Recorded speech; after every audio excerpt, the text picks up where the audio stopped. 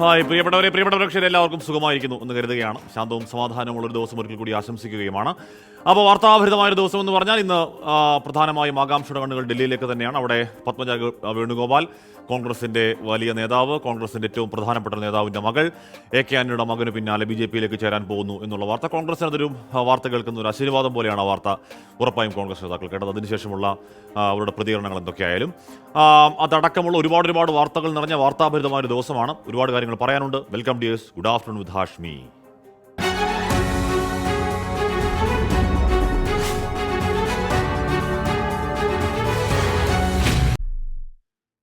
അപ്പോൾ അങ്ങനെ വാർത്താവിരുദ്ധമായ ദിവസത്തിൽ രാവിലെ മുതൽ സംഭവിച്ച വാർത്തകളുടെ തലക്കെട്ടുകൾ നമ്മുടെ പ്രിയപ്പെട്ട റിപ്പോർട്ടർമാർ പ്രേക്ഷകരോട് നേരിട്ട് പറയുകയാണ്. ഹെഡ്ലൈൻസ്. കോൺഗ്രസിന്റെ അനുനയ ശ്രമങ്ങൾ തള്ളി പത്മജ വേണുഗോപാൽ BJP-യിലേക്ക്. ഡൽഹിയിലെ BJP ആസ്ഥാനത്തെത്തി വൈകിട്ട് അംഗത്വമെടുക്കും. തൃശൂരിൽ പരാജയപ്പെടുത്തിയ പാർട്ടിക്കാർക്ക് പദവി നൽകിയതിൽ പത്മജയ്ക്ക് കടുത്ത അതൃപ്തി. അച്ഛൻ്റെ ആത്മാവ് പൊറുക്കില്ല. കാരണം വർഗീയ കക്ഷിയുടെ കൂടെ പോയതുകൊണ്ട് അച്ഛൻ്റെ ആത്മാവ് പൊറുക്കില്ല. അതുകൊണ്ട് തന്നെയാണ് ഞാൻ പറഞ്ഞത്, എല്ലാ ബന്ധങ്ങളും അവസാനിച്ചിരിക്കും. ഈ ചതിക്ക് ശക്തമായി ഇലക്ട്രോണിക് വോട്ടിംഗ് യന്ത്രത്തിലൂടെ തന്നെ ഞങ്ങൾ പകരം ചോദിക്കും. പത്മജയുടേത് കൊടും ചതിയെന്ന് K മുരളീധരൻ.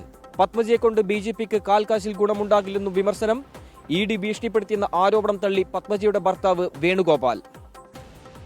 പത്മജയുടെ BJP പ്രവേശനം ആയുധമാക്കാൻ CPIM. നാളെ കോൺഗ്രസ് മൊത്തമായി BJP-യിലേക്ക് പോകില്ലെന്ന് എന്തുറപ്പെന്ന് MV ഗോവിന്ദൻ.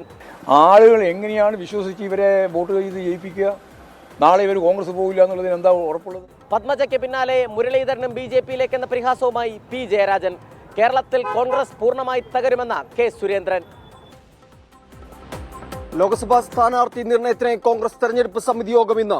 ആദ്യഘട്ട സ്ഥാനാർത്ഥി പട്ടിക ഉടൻ. രാഹുൽ ഗാന്ധി വയനാട്ടിലും അമേഠിയിലും ജനവിധി തേടിയേക്കും. പ്രിയങ്ക ഗാന്ധി റായ്ബറേലിയിലെന്ന് സൂചന. ഭാരത് ജോഡോ ന്യായ് യാത്ര ഗുജറാത്തിൽ.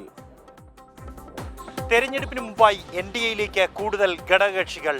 ഒഡീഷയിൽ BJP സീറ്റ് ധാരണ. ത്രിപുരയിൽ തിപ്രാമോദ മന്ത്രിസഭയിലേക്ക്. കശ്മീർ സന്ദർശനത്തിനായി പ്രധാനമന്ത്രി നരേന്ദ്രമോദി ശ്രീനഗറിൽ.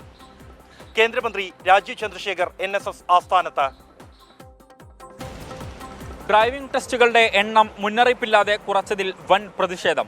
മലപ്പുറത്തും കോഴിക്കോട്ടും കൊല്ലത്തും സംഘർഷം. സ്ലോട്ട് ബുക്ക് ചെയ്തവർക്കെല്ലാം ഇന്ന് അവസരമെന്ന് ഉത്തരവിട്ട് അഡീഷണൽ ട്രാൻസ്പോർട്ട് കമ്മീഷണർ. പ്രതിഷേധത്തിന് പിന്നിൽ ഡ്രൈവിംഗ് സ്കൂളുകളുടെ കോക്കസ് എന്ന മന്ത്രി KB Ganesh Kumar. Driving test പുനരാരംഭിച്ചു. അഭിമന്യു കേസിലെ സുപ്രധാന രേഖകൾ കാണാതായതിൽ ഹൈക്കോടതി ആഭ്യന്തര അന്വേഷണത്തിന് ഉത്തരവിട്ടു. രേഖകൾ വീണ്ടും വിചാരണ കോടതിക്ക് കൈമാറുമെന്ന് പ്രോസിക്യൂഷൻ. കുറ്റക്കാരെ കണ്ടെത്തണമെന്ന് അഭിമന്യുവിന്റെ സഹോദരൻ. അന്വേഷണം ആവശ്യപ്പെട്ട് SFI. CPIM-ന്റെ അട്ടിമറി ശ്രമമെന്ന് KSU. പ്രതികളെ രക്ഷിക്കാൻ CPIM PFI ധാരണയെന്ന് BJP. കക്കയത്ത് കാട്ടുപോത്തിന്റെ ആക്രമണത്തിൽ മരിച്ച അബ്രഹാമിന്റെ സംസ്കാരം വൈകിട്ട്. സഹായധനമായി 10 ലക്ഷം രൂപ കൈമാറും. കാട്ടുപോത്തിനെ വെടിവെക്കാനുള്ള ദൗത്യം ഇന്ന് തുടങ്ങും. അതിരപ്പള്ളിയിൽ ഭീതിയായി കാട്ടാനക്കൂട്ടം. ആതിരപ്പള്ളി ജനവാസ മേഖലയിലാണ് ഞങ്ങളിപ്പോൾ ഉള്ളത്. ആ ജനവാസ മേഖലയിൽ നിന്ന് റോഡ് മുറിച്ചു കടക്കുന്ന ആനക്കൂട്ടത്തെയാണ് നമുക്കിപ്പോൾ കാണാൻ കഴിയുന്നത്. രാത്രി ജനവാസ മേഖലയിൽ തമ്പടിച്ച് കാട്ടാനകൾ. കോതമംഗലം സംഘർഷത്തിൽ മാത്യു കുഴൽനാടനും മുഹമ്മദ് ഷിയാസും ഇന്ന് ചോദ്യം ചെയ്യലിന് ഹാജരാകണം. സംസ്ഥാന സർക്കാരിന്റെ കടമെടുപ്പ് പരിധി ഉയർത്തിയിട്ടും സാമ്പത്തിക പ്രതിസന്ധി ഒഴിഞ്ഞില്ല. ജീവനക്കാരുടെ ശമ്പള വിതരണം പൂർണ്ണമായില്ല. ശമ്പളം കിട്ടാനുള്ളത് 1 ലക്ഷത്തോളം ജീവനക്കാർക്ക്. തുടർച്ചയായ അവധികൾ കാരണം കടപ്പത്രങ്ങളുടെ ലേലം വൈകും. ദില്ലി സർവകലാശാല മുൻ പ്രൊഫസർ GN സായിബാബ ഒടുവിൽ ജയിൽ മോചിതനായി. മാവോയിസ്റ്റ് ബന്ധം ആരോപിക്കപ്പെട്ട സായിബാബ സ്വതന്ത്രനാകുന്നത് 10 വർഷത്തെ നിയമ പോരാട്ടങ്ങൾക്ക് ശേഷം. ബോംബെ ഹൈക്കോടതി കുറ്റവിമുക്തനാക്കിയ ശേഷവും മോചനം 2 ദിവസം വൈകിപ്പിച്ച് ജയിൽ അധികൃതർ.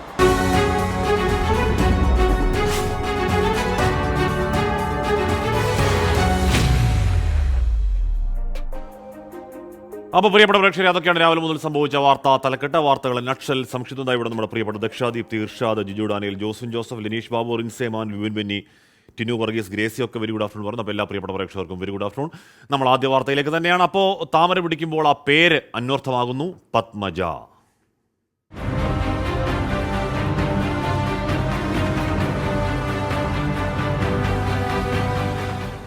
കരുണാകരന്റെ മകളും KPC ജനറൽ സെക്രട്ടറിയുമായ പത്മജ വേണുഗോപാൽ BJP-യിലേക്ക്. ഇന്ന് വൈകിട്ട് 5 മണിക്ക് BJP ആസ്ഥാനത്ത് പത്മജ അംഗത്വം സ്വീകരിക്കും. കോൺഗ്രസിൽ നേരിട്ട അവഗണനയിൽ മനംമടുത്താണ് പാർട്ടി വിടുന്നതെന്നാണ് പത്മജയുടെ വിശദീകരണം. പത്മജയുമായി കോൺഗ്രസ് നേതൃത്വം നടത്തിയ അനുനയ നീക്കങ്ങൾ പാളി. കെ സി വേണുഗോപാൽ അടക്കമുള്ള നേതാക്കൾ പത്മജയുമായി ചർച്ച നടത്തിയതാണ്. അതേസമയം പത്മജ വേണുഗോപാലിനെ കൊണ്ട് BJPക്ക് കാൽക്കാശിന്റെ ഗുണമുണ്ടാകില്ലെന്ന് കെ മുരളീധരൻ പ്രതികരിച്ചു. കോൺഗ്രസ് അവഗണിച്ചുവെന്ന പത്മജയുടെ വാദം ശരിയല്ല. ഉറച്ച മണ്ഡലങ്ങൾ നൽകിയിട്ടും പത്മജ പരാജയപ്പെട്ടു. പത്മജയോട് കെ കരുണാകരന്റെ ആത്മാവ് പൊറുക്കില്ലെന്നും പത്മജയുമായി തനിക്കിനി ഒരു ബന്ധമില്ലെന്നും കെ മുരളീധരൻ ആഞ്ഞടിച്ചു. കെ കരുണാകരൻ ഒരു കാലത്തും വർഗീയതയോട് സന്ധി ചെയ്യാത്ത ആളാണ്.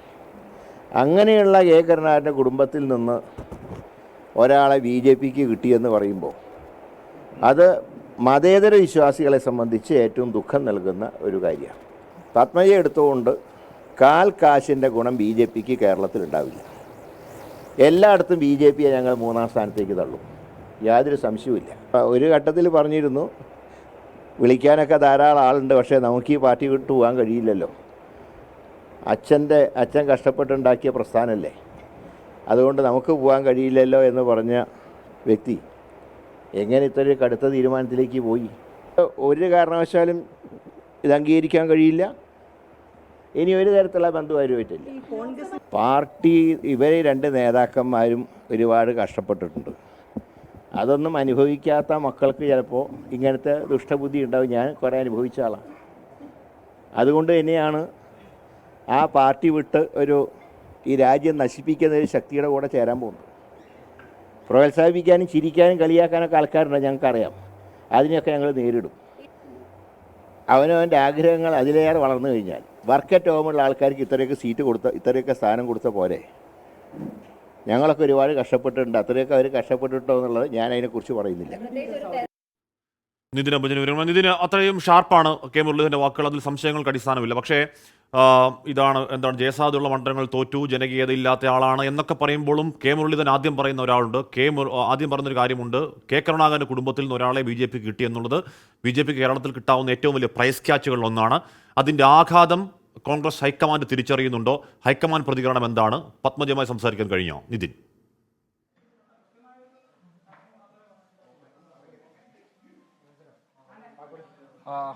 ഹാഷ്മി, എന്തായാലും അത് തന്നെയാണ് കോൺഗ്രസ് മുന്നോട്ട് BJPയുടെ ഏറ്റവും പ്രധാനപ്പെട്ട മേൽവിലാസം. കാരണം കെ കരുണാകരന്റെ മകൾ ആ ഒരു മേൽവിലാസത്തിൽ തന്നെ BJPയിലേക്ക് പത്മജ വരുമ്പോൾ സ്വാഭാവികമായിട്ടും അതിന്റെ നേട്ടം BJPക്ക് സംസ്ഥാനത്ത് ഉണ്ടാക്കാൻ കഴിയുമെന്നാണ് പ്രതീക്ഷിക്കുന്നത്.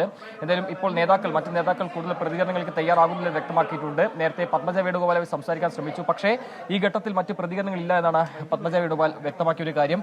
എന്തായാലും മറ്റ് നേതാക്കളും ഈ ഒരു ഘട്ടത്തിൽ മറ്റ് പ്രതികരണങ്ങളില്ല എന്ന് അറിയിച്ചിട്ടുണ്ട്. വൈകിട്ട് 5 മണിയോട് തന്നെ BJP പ്രവേശനം ഉണ്ടാകുമെന്നാണ് ഇപ്പോൾ വ്യക്തമാക്കിയൊരു കാര്യം.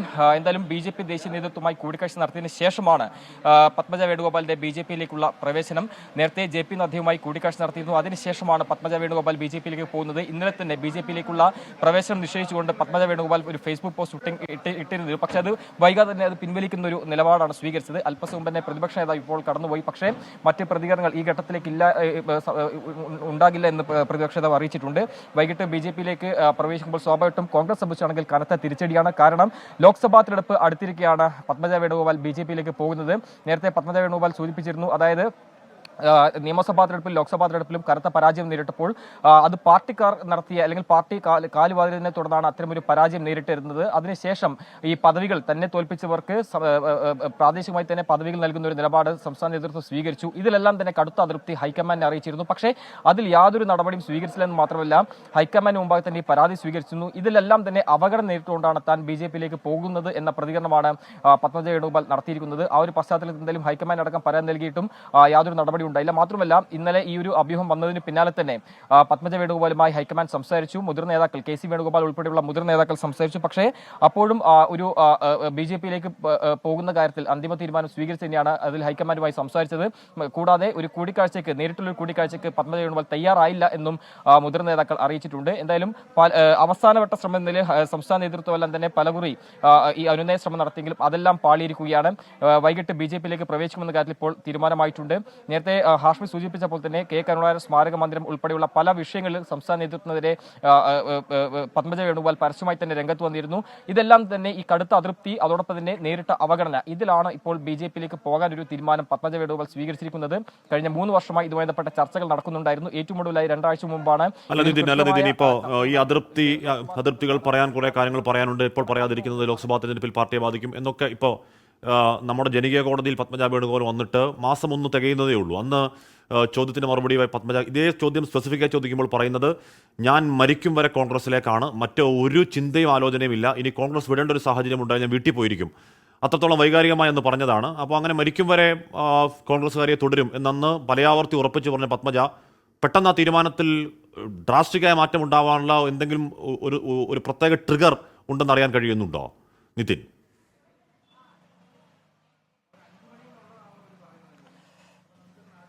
ആഷ്മി, അത് തന്നെയാണ്. നേരത്തെ സംസ്ഥാന നേതൃത്വമായി പലതരത്തിലുള്ള പ്രശ്നങ്ങൾ ഉണ്ടായിരുന്നു. 2021 പരാജയപ്പെട്ടതിന് ശേഷം പിന്നീട് സജീവമായി തന്നെ പാർട്ടിയിൽ ഉണ്ടായിരുന്നില്ല. മാത്രമല്ല, സംസ്ഥാന നേതൃത്വത്തിലെ ചില നേതാക്കളുടെ അടക്കം പ്രതികരണങ്ങളിലെല്ലാം തന്നെ കടുത്ത അതൃപ്തി പലപ്പോഴും പത്മജ വേണുഗോപാൽ പരസ്യപ്പെടുത്തിയിരുന്നു. കൂടാതെ കെ കരുണാകരന്റെ സ്മാരക മന്ദിരവുമായി ബന്ധപ്പെട്ട വിഷയങ്ങളിലടക്കം സംസ്ഥാന നേതൃത്വത്തിന്റെ ഇഴഞ്ഞുപോക്ക്, അതിൽ സംസ്ഥാന നേതാക്കൾ സ്വീകരിച്ച നിലപാട്, ഇതിലെല്ലാം തന്നെ കടുത്ത അതൃപ്തി, ഇതുമായി ബന്ധപ്പെട്ടുള്ള മനപ്രയാസവും അതോടൊപ്പം തന്നെ ആ ഒരു അവഗണന, അതെല്ലാം തന്നെ കാരണമാണ് ഈ ഒരു തീരുമാനം എന്ന് മനസ്സിലാക്കുന്നു. നേരത്തെ ഹാഷ്മി സൂചിപ്പിച്ച പോലെ തന്നെ ഈ താൻ BJP-യിലേക്ക് പോകില്ല, അല്ലെങ്കിൽ മറ്റു പാർട്ടിയിലേക്ക് പോകില്ല, അതിനു പകരം വീട്ടിലിരിക്കുമെന്ന് പറയുമ്പോൾ സ്വാഭാവികമായിട്ടും കഴിഞ്ഞ വർഷം അനിൽ കെ ആന്റണി പോകുമ്പോൾ ഇതേ പ്രതികരണം അന്ന് പത്മജ വേണുഗോപാൽ നടത്തിയിരുന്നു. കാരണം കുടുംബമാകുമ്പോൾ ചില പ്രശ്നങ്ങൾ ഉണ്ടാകും, അതെല്ലാം പരിഹരിച്ചുകൊണ്ട് മുന്നോട്ട് പോകണം. അതിൽ തന്നെ ആ വാക്കിൽ തന്നെ വ്യക്തമായിരുന്നു ചില പ്രശ്നങ്ങൾ താൻ നേരിടുന്നുണ്ട്, പക്ഷേ അതിൽ കൃത്യമായ ഇടപെടൽ നേതൃത്വത്തിന്റെ ഭാഗത്തും ഉണ്ടായിട്ടില്ല, ചർച്ചകൾ നടന്നിരുന്നില്ല. ഇതാണ് ഇപ്പോൾ ഈ BJP പ്രവേശനത്തിലേക്കുണ്ടായ കാരണമെന്ന് വ്യക്തമാകുന്നുണ്ട്. നേരത്തെ പത്മജ വേണുഗോപാൽ 24 അടക്കം സംസാരിക്കുമ്പോൾ നമുക്ക് വ്യക്തമായത്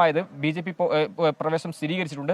അതോടൊപ്പം തന്നെ സംസ്ഥാന നേതൃത്വമായിട്ടുള്ള ചില പ്രശ്നങ്ങളുണ്ട്, പ്രത്യേകിച്ചും വ്യക്തിപരമായ പല കാരണങ്ങളുണ്ട്. ഇതടക്കമുള്ള സാഹചര്യം കൂടി പരിഗണിച്ചാണ് ഇപ്പോൾ പത്മജ വേണുഗോപാൽ BJP-യിലേക്ക് പോകുന്നത്. എന്തായാലും ഇന്ന് വൈകിട്ട് 5 മണിക്ക് BJP-യിലേക്ക് പ്രവേശിക്കുമ്പോൾ നേരത്തെ ഹാഷ്മി പറഞ്ഞ പോലെ തന്നെ കെ കരുണാകരന്റെ മേൽവിലാസം അത് BJP-യെ സംബന്ധിച്ച് സംസ്ഥാനത്ത് വലിയ നേട്ടമുണ്ടാക്കുമെന്നാണ് കരുതുന്നത്. കാരണം ലോക്സഭാ തെരഞ്ഞെടുപ്പ് വരാനിരിക്കുന്ന സാഹചര്യത്തിൽ വടകരയിൽ സഹോദരൻ കെ മുരളീധരൻ മത്സരിക്കുന്നു. മാത്രമല്ല, കേരള രാഷ്ട്രീയത്തിന്റെ ഭീഷ്മാചാര്യൻ എന്നറിയപ്പെടുന്ന ഒരു നേതാവിന്റെ മകൾ BJP-യിലേക്ക് പോകുമ്പോൾ അത് കോൺഗ്രസ് സംബന്ധിച്ച് കനത്ത തിരിച്ചടി ഉണ്ടാകും. കോൺഗ്രസിൽ പ്രത്യേകിച്ചും ഇന്ന് കോൺഗ്രസ് ആവുന്ന നേതാക്കൾ നാളെ BJP-യിലേക്ക് പോകുമെന്ന CPM അടക്കമുള്ള പാർട്ടികളുടെ ഈ പ്രചരണം അത് ശരിവെക്കുന്ന ഒരു ഉദാഹരണമായി തന്നെ പത്മജ വേണുഗോപാലിന്റെ സാഹചര്യത്തെ തുറന്നു കാട്ടാൻ സാധിക്കും.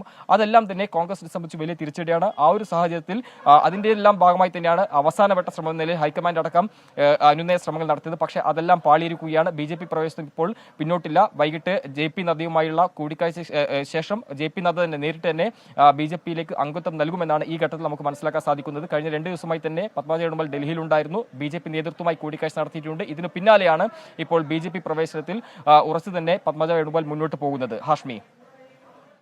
യെസ്, നിതിൻ അംബുജനാണ്. 5 മണിക്കാണ് പത്മജ വേണുഗോപാൽ BJP ആസ്ഥാനത്തെത്തി നിതിൻ ഗഡ്കരിയുടെ കയ്യിൽ നിന്നും നിതിൻ ഗഡ്കരി അല്ല JP നഡ്ഡയുടെ കയ്യിൽ നിന്നും BJP അംഗത്വം സ്വീകരിക്കുക.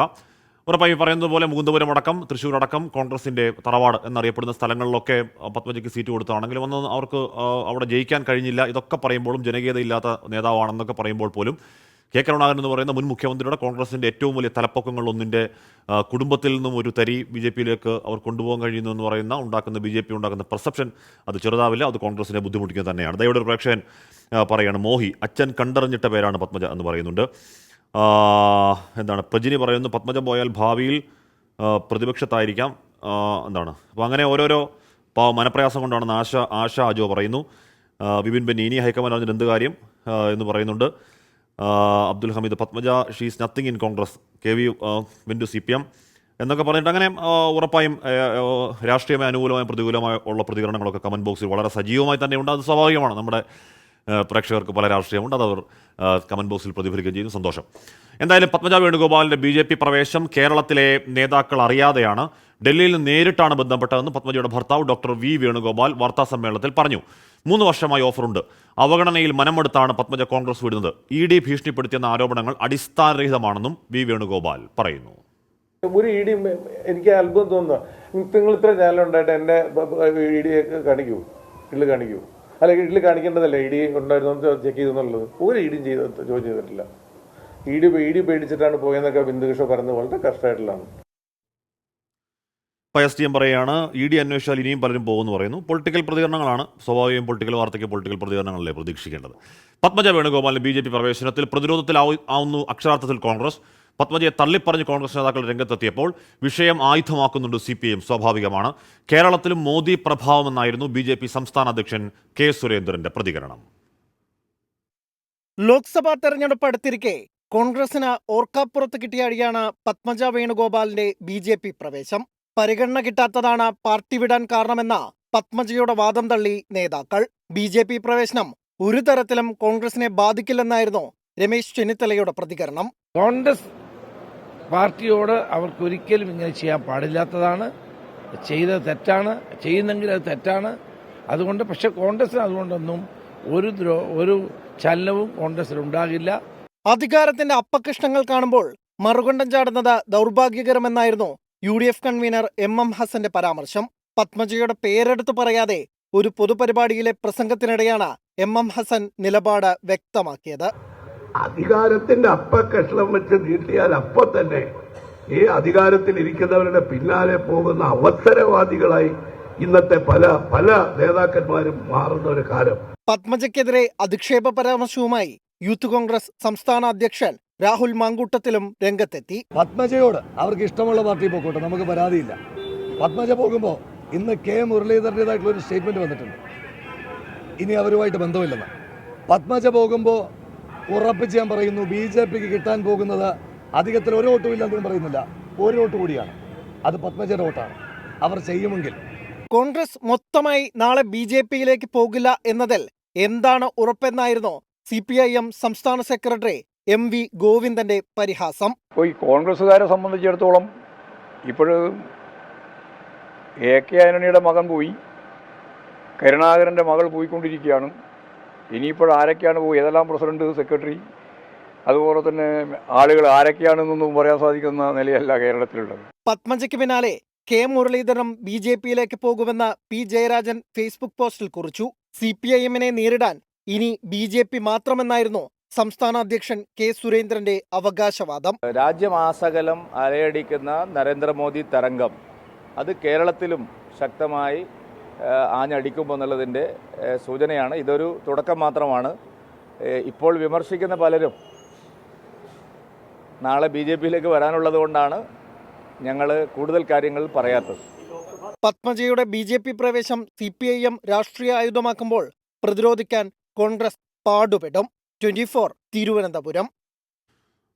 റീന സതീശൻ പറയുകയാണ്, അധികാരം എന്നാൽ പാർട്ടി, പാർട്ടി എന്നാൽ അധികാരം എന്നൊരു സമവാക്യത്തിലേക്ക് രാഷ്ട്രീയ നേതാക്കൾ അധപ്പതിച്ചിരിക്കുന്നു. ലാഭേച്ഛയോ അധികാരമോഹമോ ഇല്ലാത്ത സേവന രാഷ്ട്രീയം എന്നേ അവസാനിച്ചിരിക്കുന്നു എന്ന് പറയുകയാണ്. ഒരു പരിധിവരെ യുക്തിയുള്ള കമന്റാണ്. മാത്രമല്ല, പക്ഷേ ഒരുപറ്റം നേതാക്കൾ ഇപ്പോഴും ഉണ്ട്. ധാർമ്മിക രാഷ്ട്രീയത്തിൽ അടിയുറച്ചു നിൽക്കാൻ കെൽപ്പുള്ള, ഒന്നുകൊണ്ടും സ്വാധീനിക്കപ്പെടാത്ത ഒരുപറ്റം നേതാക്കൾ ഇപ്പോഴും ഉണ്ട്. റീന, പത്മജ BJPയിലേക്കെന്ന വാർത്തകൾക്കിടെ തൃശൂരിൽ K കരുണാകരന്റെ സ്മൃതി മണ്ഡപത്തിൽ നിന്ന് തെരഞ്ഞെടുപ്പ് പ്രചാരണത്തിന് തുടക്കമിട്ട് TN പ്രതാപൻ.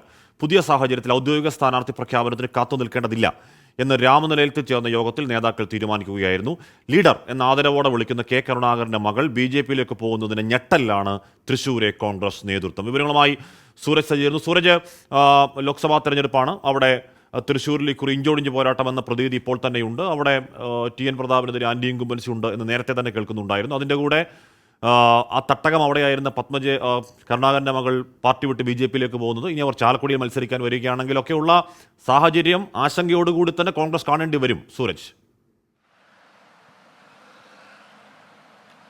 തീർച്ചയായും കാശ്മീർ, കാരണം തുടർച്ചയായി തൃശൂർ മണ്ഡലത്തിൽ ആരും തന്നെ ജയിച്ച ചരിത്രം മണ്ഡലത്തിനില്ല. ആ ചരിത്രം തിരുത്തി കുറിക്കാൻ വേണ്ടിയായിരുന്നു TN പ്രതാപൻ വീണ്ടും ഒരു അംഗത്തിന് വേണ്ടി തൃശൂർ പാർലമെന്റ് മണ്ഡലത്തിൽ മത്സരത്തിനൊരുങ്ങിയത്. അതിനിടയിലാണ് തൃശൂരിന്റെ പ്രിയപ്പെട്ട ലീഡറുടെ മകൾ തന്നെ BJP ക്യാമ്പിനൊപ്പം ചേരുന്നത്. ഇത് വലിയ തിരിച്ചടി എന്ന നിലയിൽ തന്നെയാണ് നേതൃത്വം വിലയിരുത്തുന്നത്. ഇന്നലെ രാത്രി ഈ വാർത്ത വന്നത് മുതൽ തന്നെ TN പ്രതാപൻ നേതൃത്വം കൊടുത്തുകൊണ്ട് മുതിർന്ന നേതാക്കളുമായി ചർച്ച നടത്തുന്നു. ആ മുതിർന്ന നേതാക്കൾ ഇടപെട്ട ഒരു അനുനയ നീക്കവും എല്ലാം ഇന്നലെ അർദ്ധരാത്രിയിലെല്ലാം നടത്തിയിരുന്നു എന്നുള്ളതാണ് മനസ്സിലാക്കാൻ കഴിയുന്നത്. അത് പരാജയപ്പെട്ടതോടുകൂടിയാണ് ഇന്ന് അതിരാവിലെ തന്നെ DCC പ്രസിഡന്റും അതുപോലെ തന്നെ AICC അംഗം അടക്കമുള്ളവർ ഈ രാമനിലയത്തിൽ എത്തിക്കൊണ്ട് TN പ്രതാപനുമായി ഒന്നിച്ചു ചേർന്ന് എന്താണ് തുടർ നീക്കങ്ങൾ എന്ന് ചർച്ച ചെയ്യുന്നത്. അങ്ങനെയാണ് അടിയന്തരമായി തന്നെ ഔദ്യോഗിക പ്രഖ്യാപനത്തിന് കാത്തു നിൽക്കാതെ സ്ഥാനാർത്ഥിയായി TN പ്രതാപനെ പ്രഖ്യാപിച്ചുകൊണ്ടുള്ള പ്രചാരണ പ്രവർത്തനങ്ങളിലേക്ക് കടക്കാൻ തീരുമാനിച്ചത്. അതും ലീഡറുടെ സ്മൃതി മണ്ഡപത്തിൽ പുഷ്പാർച്ചന അർപ്പിച്ചുകൊണ്ട് ഈ പ്രചരണം തുടങ്ങാൻ തീരുമാനിക്കുന്നു. അങ്ങനെയാണ് ഇന്ന് K കരുണാകരന്റെ സ്മൃതി മണ്ഡപത്തിലെത്തി പുഷ്പാർച്ചന നടത്തിക്കൊണ്ട് TN പ്രതാപൻ ഈ പ്രചരണം തുടങ്ങിയത്.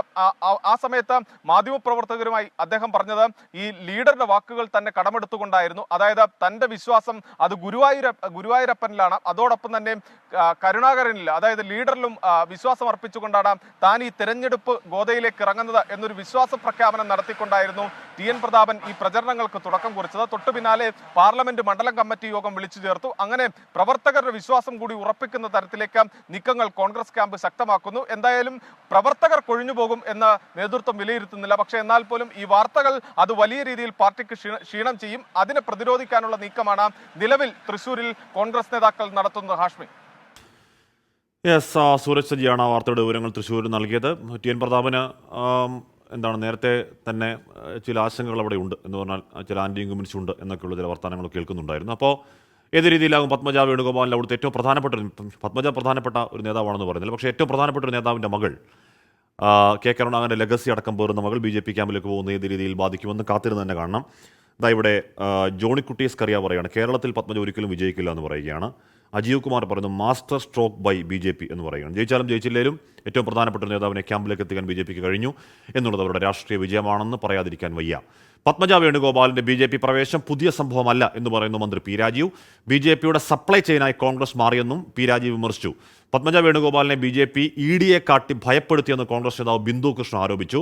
കരുണാകരന്റെ മകൾ BJPയിൽ ചേരുന്നത് മോദി രാഷ്ട്രീയത്തിനുള്ള അംഗീകാരമെന്നായിരുന്നു BJP ദേശീയ വൈസ് പ്രസിഡന്റ് AP അബ്ദുള്ളക്കുട്ടിയുടെ പ്രതികരണം. ഇപ്പോ മക്കൾ കോൺഗ്രസ് നേതാക്കന്മാരുടെ മക്കൾ പോകുന്ന ഒരു ഘട്ടമാണ്. എറണാകുളത്തൊക്കെ വളരെ പ്രത്യേകത ഉള്ളതാണ്. ഈ മക്കളുടെ ഒരു ഘട്ടത്തിൽ ആർക്ക് വോട്ട് ചെയ്യണം, BJPയിലേക്ക് പോകുന്നവർക്കുള്ള ഒരു അവരുടെ ഒരു സപ്ലൈ ചെയിനായിട്ട് നമ്മൾ ഇവിടെ നിന്ന് കൊടുക്കണോ, അതോ മതനിരപേക്ഷ നിലപാടിന്റെ ഫിക്സഡ് ഡെപ്പോസിറ്റ് ഒപ്പം നിൽക്കണമോ? ഏത് പ്രലോഭനം വന്നാലും ഒരു തരത്തിലുള്ള നിബന്ധനകളും ഇല്ലാതെ എക്കാലത്ത് മതനിരപേക്ഷ നിലപാട് സ്വീകരിക്കുന്ന മുന്നണിക്കൊപ്പം നിൽക്കണമോ? ഈ ചോദ്യം ഈ ഘട്ടത്തിൽ കുറെ കൂടി ഉയർന്നു വരുമെന്നാണ് ഞാൻ പ്രതീക്ഷിക്കുന്നത്. കേരളത്തിലെ കോൺഗ്രസ് പാർട്ടി ഏറ്റവും നല്ല നിലയിൽ എല്ലാ കാലത്തും അംഗീകാരം കൊടുത്തിട്ടുള്ള ഒരു വനിതാ നേതാവാണ് ശ്രീമതി പത്മജ വേണുഗോപാൽ. ഒരിക്കലും അവരുടെ ഭാഗത്തുനിന്ന് ഉണ്ടാകാൻ പാടില്ലാത്തതാണ്. ഇനി അങ്ങനെ തീരുമാനം എടുത്തിട്ടുണ്ട് എങ്കിൽ, പുറത്തുവരുന്ന വാർത്തകൾക്കനുസരിച്ച് എടുത്തിട്ടുണ്ട് എങ്കിൽ EDയെ പേടിച്ചാകാനേ സാധ്യതയുള്ളൂ. രാഹുൽ ഗാന്ധിയുടെ കോൺഗ്രസിൽ ആരും ഒരു പ്രതീക്ഷ അർപ്പിക്കുന്നില്ല. രാഹുൽ ഗാന്ധിയിലെ ഒരാൾക്ക് മാത്രമേ പ്രതീക്ഷയുള്ളൂ, അത് KC വേണുഗോപാലിന് മാത്രമാണ്. വേറൊരാൾക്കും യാതൊരു പ്രതീക്ഷയുമില്ല. നമ്മുടെ കൂടെ ചേരുന്നതോടുകൂടി തൃശ്ശൂര് സുരേഷ് ഗോപിയുടെ വിജയം കുറെ കൂടി ഉറപ്പിക്കും.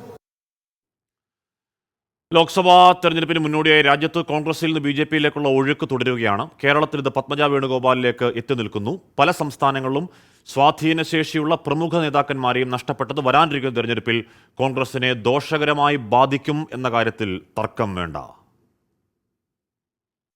ലോക്സഭാ തെരഞ്ഞെടുപ്പ് പടിവാതിൽക്കലെത്തിയതോടെയാണ് കോൺഗ്രസിൽ നിന്നും BJPയിലേക്കുള്ള ഒഴുക്കിന്റെ വേഗം കൂടിയത്. അത് തെക്കേ അറ്റത്ത് കേരളത്തിലും പ്രതിഫലിച്ചു. കോൺഗ്രസിൽ നിന്നല്ലെങ്കിലും PC ജോർജും മകനും BJPയിൽ ചേക്കേറിയതിന് പിന്നാലെയാണ് പത്മജ വേണുഗോപാലിന്റെ കടന്നുവരവ്. AK ആന്റണിയുടെ മകനു പിന്നാലെ K കരുണാകരന്റെ മകളും എത്തുന്നതിന്റെ ആഹ്ലാദമാണ് BJP ക്യാമ്പിൽ. കേരളത്തിൽ പതുക്കെയാണെങ്കിലും മറ്റു സംസ്ഥാനങ്ങളിൽ അതിവേഗമാണ് പാർട്ടി മാറ്റം. തമിഴ്നാട് മഹിളാ കോൺഗ്രസിന്റെ മുൻ അധ്യക്ഷയും 3 വട്ടം കന്യാകുമാരിയിലെ വിളവൻകോട് നിയമസഭാ മണ്ഡലത്തിൽ MLA ആയ S. വിജയധരനെ കഴിഞ്ഞ മാസം 24-നാണ് BJPയിൽ ചേർന്നത്. ഗുജറാത്തിൽ കോൺഗ്രസിന്റെ സംസ്ഥാന വർക്കിംഗ് പ്രസിഡന്റ് അംബരീഷ് ധർ, പോർബന്തറിൽ നിന്നുള്ള മുൻ കോൺഗ്രസ് അധ്യക്ഷൻ അർജുൻ മോദ്വാഡിയ, ജാംനഗറിൽ നിന്നുള്ള MLA ആയ മുല്ലുഭായ് കണ്ടോറിയ എന്നിവർ ചൊവ്വാഴ്ച BJPയിൽ ചേർന്നതിന് തൊട്ടുപിന്നാലെ ഇന്ന് അരവിന്ദ് ലദാനി, ഈശ്വർ പർമാർ എന്നിവരും കോൺഗ്രസിൽ നിന്നും രാജിവെച്ചിട്ടുണ്ട്. ഇവർ നാളെ BJPയിൽ ചേർന്നേക്കും. ഹിമാചൽ പ്രദേശിൽ BJPക്ക് അനുകൂലമായി രാജ്യസഭാ തെരഞ്ഞെടുപ്പിൽ വോട്ട് ചെയ്ത 6 MLAമാരും BJPയിൽ ചേരുമെന്നാണ് കരുതപ്പെടുന്നത്. മധ്യപ്രദേശിൽ ചിന്തുവാര മുനിസിപ്പൽ കോർപ്പറേഷനിലെ 7 കോൺഗ്രസ് കോർപ്പറേഷൻ അംഗങ്ങളും ഇന്നലെ BJPയിൽ ചേർന്നിരുന്നു. Research desk 24. അതിനിടയിൽ ആശാജോ ചോദിക്കുന്നു, ഹാഷി പത്മജ പോകട്ടെ, സിദ്ധാർത്ഥന്റെ കേസ് എന്തായി, നീതി ലഭിക്കും വരെ ചർച്ച തുടരണം എന്ന് പറയുകയാണ്. എന്തായാലും ആ വാർത്ത വിട്ടിട്ടില്ല, ആ വാർത്ത നമ്മൾ വിടുന്നില്ല. എന്താണ് അതിന്റെ അപ്ഡേഷൻ എന്ന് വളരെ കീനായി ആ വാർത്തയ്ക്ക് പിന്നാലെ തന്നെയുണ്ട് നമ്മുടെ പ്രിയപ്പെട്ട റിപ്പോർട്ടർമാർ. വെൽക്കം ബാക്ക് പ്രിയപ്പെട്ട പ്രേക്ഷകരെ. സമയം ഇപ്പോൾ 1:28:49 5 മണിക്കാണ് പത്മജ വേണുഗോപാൽ BJP കേന്ദ്ര ആസ്ഥാനത്തെത്തി അവിടുന്ന് BJP അംഗത്വം സ്വീകരിക്കുക. ചാലക്കുടിയിലേക്കാണോ മറ്റെങ്ങോട്ടേക്കാണോ എന്താണ് തെരഞ്ഞെടുപ്പിൽ മത്സരിക്കുന്നില്ല എന്നൊക്കെ ഇപ്പോൾ പറയുന്നുണ്ടെങ്കിൽ അങ്ങനെയൊന്നും ആവില്ല. ചാലക്കുടി തന്നെ ഒരുപക്ഷെ സീറ്റായി പത്മജ എത്തിയേക്കാൻ ഇടയുണ്ട്. അങ്ങനെയെങ്കിൽ ഏത് രീതിയിലാണ് ഇവിടുത്തെ ഫോർമുലൊക്കെ മാറുക എന്നൊക്കെയുള്ളത് ഉറപ്പായും വരും മണിക്കൂറുകളെ വരും ദിവസങ്ങളെ രാഷ്ട്രീയ ചർച്ചയാണ്. ഇതാ ഇവിടെ ജോസ്ഫിൻ ജോസഫ് ചോദിക്കണം, ആഷ്മി ബ്രോ എന്തൊരു ചൂടാണെന്ന് ചോദിക്കണം. ഒരു നിവർത്തിയില്ലാത്ത ചൂടാണ്, ഗംഭീരമായ ചൂടാണ്. അപ്പോൾ പ്രിയപ്പെട്ട പ്രേക്ഷകർ ഒന്ന് ടേക്ക് കെയർ ചെയ്യുക. കോൺഗ്രസിന്റെ ആദ്യഘട്ട സ്ഥാനാർത്ഥി പ്രഖ്യാപനം ഉടൻ.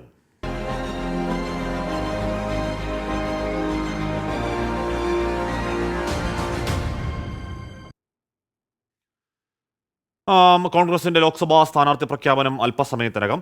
കേന്ദ്ര തെരഞ്ഞെടുപ്പ് സമിതി യോഗത്തിന് ശേഷം ആദ്യഘട്ട സ്ഥാനാർത്ഥി പട്ടിക ഇന്ന് തന്നെ പുറത്തിറക്കാനാണ് നീക്കം. വയനാട്ടിൽ രാഹുൽ ഗാന്ധി മത്സരിക്കുന്നതിലും ഇന്ന് തീരുമാനമുണ്ടാകും.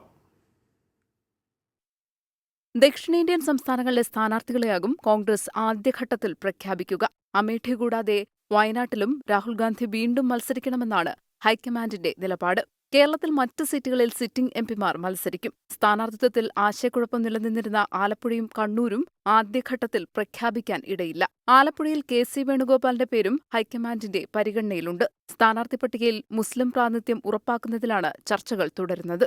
ആദ്യഘട്ടത്തിൽ പ്രഖ്യാപിക്കുന്ന 200 സീറ്റുകളിൽ മുതിർന്ന കോൺഗ്രസ് നേതാക്കളുടെ പേരുകൾ പട്ടികയിലുണ്ടാകുമെന്നാണ് സൂചന. ഉത്തർപ്രദേശിലെ റായ്ബറേലിയിൽ സോണിയാഗാന്ധിക്ക് പകരം പ്രിയങ്ക ഗാന്ധി സ്ഥാനാർത്ഥിയായി എത്തുമെന്ന് ഉറപ്പായി കഴിഞ്ഞു.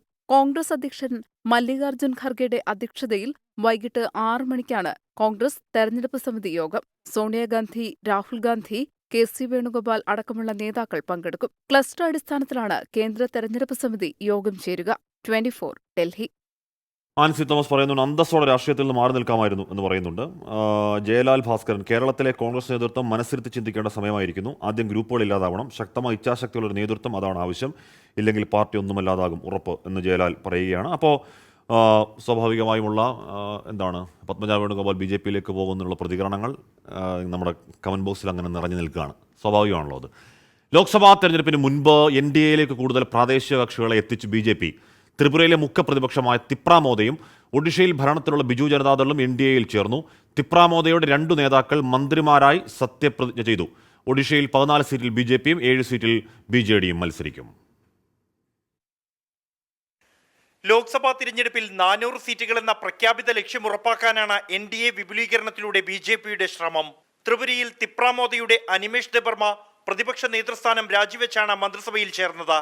ഇതോടെ ത്രിപുര നിയമസഭയിൽ NDA MLAമാരുടെ എണ്ണം 46 ആയി. CPMന് 10ഉം കോൺഗ്രസിന് 3 സീറ്റുകളാണ് നിയമസഭയിലുള്ളത്. ത്രിപുരയിൽ പ്രതിപക്ഷത്തെ ഭരണപക്ഷത്തേക്ക് കൊണ്ടുവന്നെങ്കിൽ ഒഡീഷയിൽ പ്രതിപക്ഷമായ BJP ഭരണത്തിലുള്ള BJDയുമായി സഖ്യമുണ്ടാക്കി. ലോക്സഭാ തിരഞ്ഞെടുപ്പിൽ BJP 14 സീറ്റിലും BJD 7 സീറ്റിലും മത്സരിക്കും.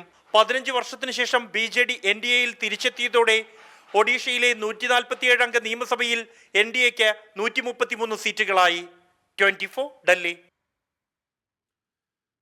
കേന്ദ്ര സഹമന്ത്രിയും തിരുവനന്തപുരത്തെ BJP സ്ഥാനാർത്ഥിയുമായ Rajeev Chandrasekhar പെരുന്നയിലെ NSS ആസ്ഥാനത്തെത്തി G Sukumaran നായരുമായി കൂടിക്കാഴ്ച നടത്തി. ഷോൺ ജോർജിനൊപ്പമാണ് രാജീവ് ചന്ദ്രശേഖർ എത്തിയത്. സൗഹൃദ സന്ദർശനം മാത്രമായിരുന്നുവെന്ന് രാജീവ് ചന്ദ്രശേഖർ പറഞ്ഞു.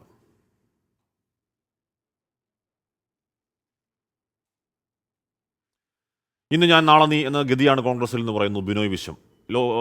ഒരു തെരഞ്ഞെടുപ്പ് മുഹൂർത്തമാണ്. സ്വാഭാവികമായും അങ്ങനെ ഒരു BJP ചേരൽ വാർത്ത വരുമ്പോൾ അത് രാഷ്ട്രീയമായി ഉപയോഗിക്കൽ അതത് പാർട്ടികളുടെ കടമയാണ്. അത് അവർ ചെയ്യുകയും ചെയ്യും. കുറ്റം പറഞ്ഞിട്ട് കാര്യമില്ല. വ്യാജ ലഹരി കേസിൽ നഷ്ടപരിഹാരം ആവശ്യപ്പെട്ട് ചാലക്കുടിയിലെ ഷീലാസണ്ണി നൽകിയ ഹർജിയിൽ 10 ദിവസത്തിനകം സർക്കാർ മറുപടി നൽകണമെന്ന് ഹൈക്കോടതി. ഒരു സ്ത്രീ അകാരണമായി 72 ദിവസം ജയിലിൽ കിടന്നതിന് ഉത്തരവാദിത്തം ആരേറ്റെടുക്കും എന്ന് ഹൈക്കോടതി ചോദിച്ചു. S ശ്രീകാന്ത് വിവരങ്ങളുമായി ചേർന്നു. ശ്രീകാന്ത്, ഷീലാസണ്ണി നമ്മുടെ വാർത്തയാണ്. അതിനെ തുടർന്ന് അവരനുഭവിച്ച കൊടിയ യാതനകൾ, ഒരു നിരപരാധിക്ക് നേരിടേണ്ടി വന്ന കൊടിയ പീഡനങ്ങളൊക്കെ കോടതിക്ക് അതേ തീവ്രതയിൽ ബോധ്യപ്പെടുന്നു എന്നല്ലേ ആ ചോദ്യത്തിൽ നിന്ന് മനസ്സിലാക്കേണ്ടത് ശ്രീകാന്ത്? ഈ കേസ് പരിഗണനയ്ക്ക് വന്ന ആ ഘട്ടം മുതൽ തന്നെ കോടതിയുടെ ചോദ്യങ്ങളോട് ഉത്തരമില്ലാതെ കുഴങ്ങുകയാണ് സംസ്ഥാന സർക്കാരും എക്സൈസും. ഇപ്പോൾ അക്ഷരാർത്ഥത്തിൽ ഇന്നും കോടതിയുടെ ഭാഗത്തുനിന്നും രൂക്ഷമായ വിമർശനം ഈ വിഷയത്തിൽ ഉണ്ടായി. നഷ്ടപരിഹാരം ആവശ്യപ്പെട്ടുള്ള ഷീലാസണ്ണിയുടെ ഹർജിയിൽ കോടതി പറഞ്ഞത് ഇങ്ങനെയാണ്: ഒരു സ്ത്രീ അകാരണമായി 72 ദിവസം ജയിലിൽ കിടക്കേണ്ടി വന്നു. ആരാണ് ഇതിന്റെ ഉത്തരവാദിത്വം ഏറ്റെടുക്കാൻ പോകുന്നത്? ഈ ചോദ്യം കോടതിയിൽ നിന്നും ഉണ്ടായി. നീതിന്യായ വ്യവസ്ഥ തന്നെ പരാജയപ്പെട്ടു പോയില്ലേ എന്നൊരു ചോദ്യം കൂടി കോടതി ഇന്ന് ചോദിക്കുകയും ചെയ്തിട്ടുണ്ട്. മാത്രമല്ല, മറ്റൊരു കാര്യം കോടതി പറഞ്ഞത് 72 ദിവസമല്ല, 72 സെക്കൻഡ് പോലും ജയിലിൽ കിടക്കുന്നത് നല്ലതല്ല എന്നും കോടതി ചൂണ്ടിക്കാണിക്കുകയും ചെയ്തു. അതായത് അടിമുടി വിമർശനം ഈ കേസിൽ ഉണ്ടായി. വളരെ വിഷമകരമായ കാര്യം തന്നെയാണ് അവരുടെ കാര്യത്തിൽ സംഭവിച്ചത്. ഒരു കുറ്റവും ചെയ്യാതെ 72 ദിവസം ജയിലിൽ കിടക്കേണ്ടി വന്നു എന്നുള്ളതാണ് അവരുടെ കാര്യം. ഈ വിഷയത്തിൽ എക്സൈസിനോടും സംസ്ഥാന സർക്കാരിനോടും കോടതി വിശദീകരണം നൽകാൻ ആവശ്യപ്പെട്ടിട്ടുണ്ട്. 2 ആഴ്ചത്തെ സാവകാശം കൂടി കോടതി നൽകി. അല്ല ശ്രീകാന്തി, ഇത് പിടിച്ചെടുത്തത് സ്റ്റാമ്പല്ല എന്ന എക്സൈസിന് പരിശോധനയോട് ബോധ്യപ്പെട്ടും അത് അവരെ അറിയിക്കുന്നില്ല. അത് അവർക്ക് കോടതിയിലേക്ക് അത് എടുക്കാൻ പോകേണ്ടി വരുന്നു. അവർക്ക് തന്നെ ഇത് ക്വാഷ് ചെയ്യാൻ ഹൈക്കോടതിയിലേക്ക് പോകേണ്ടി വരുന്നു. അങ്ങനെ എക്സൈസിനോ സർക്കാരിനോ ഒന്നും ഇക്കാര്യത്തിൽ ന്യായീകരണത്തിന്റെ ഏതെങ്കിലും ഒരൊറ്റ വരി പോലും എഴുതാൻ കഴിയാത്ത രീതിയിൽ പ്രകടമാണ് അനാസ്ഥ. നഷ്ടപരിഹാരം ഷീലാ സണ്ണിക്ക് അർഹതപ്പെട്ടതാണ്, അത് കിട്ടുമെന്ന് നമുക്ക് ഉറപ്പിക്കാൻ തോന്നുന്നു. ശ്രീകാന്ത്, കോടതി ഈ കേസ് കൈകാര്യം ചെയ്യുന്ന രീതി കണ്ടാൽ മനസ്സിലാകുന്നത് നിലവിൽ നമ്മുടെ നിയമവ്യവസ്ഥ പറയുന്ന നഷ്ടപരിഹാരം അവർക്ക് കിട്ടും എന്ന് തന്നെയാണ്. അവരാവശ്യപ്പെട്ടിരിക്കുന്നത് 72 ദിവസം അവർ ജയിലിൽ കിടന്നു. ഓരോ ദിവസവും ഓരോ ലക്ഷം രൂപ വീതം 72 ലക്ഷം രൂപ നഷ്ടപരിഹാരമായി വേണം. ഇതാണ് അവർ ആവശ്യപ്പെട്ടിരിക്കുന്നത്. നിയമപ്രകാരമുള്ള മാനനഷ്ട കേസിൽ നിയമപ്രകാരമുള്ള തുക അവർക്ക് കിട്ടും എന്നുള്ള കാര്യത്തിൽ ഒരു സംശയവും ഈ ഘട്ടത്തിൽ ഉണ്ടാകുന്നില്ല. കാരണം സർക്കാരിന് അത് കൃത്യമായി ന്യായീകരിക്കാൻ ഈ കേസ് ഇപ്പോൾ രണ്ടാമത് എടുക്കുമ്പോഴും സാധിക്കുന്നില്ല എന്ന് പറയുമ്പോൾ അതിൽ നിന്നും വ്യക്തമാകുന്നത് അവരുടെ ഭാഗത്ത് ന്യായമുണ്ട് എന്ന് തന്നെയാണ്. കോടതിക്ക് അത് ബോധ്യപ്പെട്ടു എന്ന് തന്നെയാണ്. ഇന്നത്തെ വിമർശനവും അത് അടിവരയിടുന്നു. ശ്രീകാന്താണ് വിവരങ്ങൾ നൽകിയത്. പ്രേക്ഷകർ കാണുന്ന ഈ ദൃശ്യങ്ങൾ അന്ന് കള്ളക്കേസിൽ കുടുക്കി, അന്ന് ഈ പറയുന്ന മയക്കുമരുന്ന് പിടിച്ചു എന്നൊക്കെ പറഞ്ഞ് അവരെ നിർത്തി പോലീസുകാർ മാധ്യമങ്ങളെ ക്ഷണിച്ച് ഫോട്ടോ എടുപ്പിച്ച ദൃശ്യമാണ് ആ കണ്ടത്. അതിനെ തുടർന്ന് അവരുടെ നിയമപോരാട്ടമൊക്കെ കേരളത്തിന് അറിയാം. അപ്പോൾ അതിന് നഷ്ടപരിഹാരം തീർത്തും അർഹതപ്പെട്ടതാണ്. കിട്ടട്ടെ ഷീലാ സണ്ണിക്ക് അർഹതപ്പെട്ട നഷ്ടപരിഹാരം. പ്രതിഷേധത്തിന് ലൈസൻസ് ഇല്ല.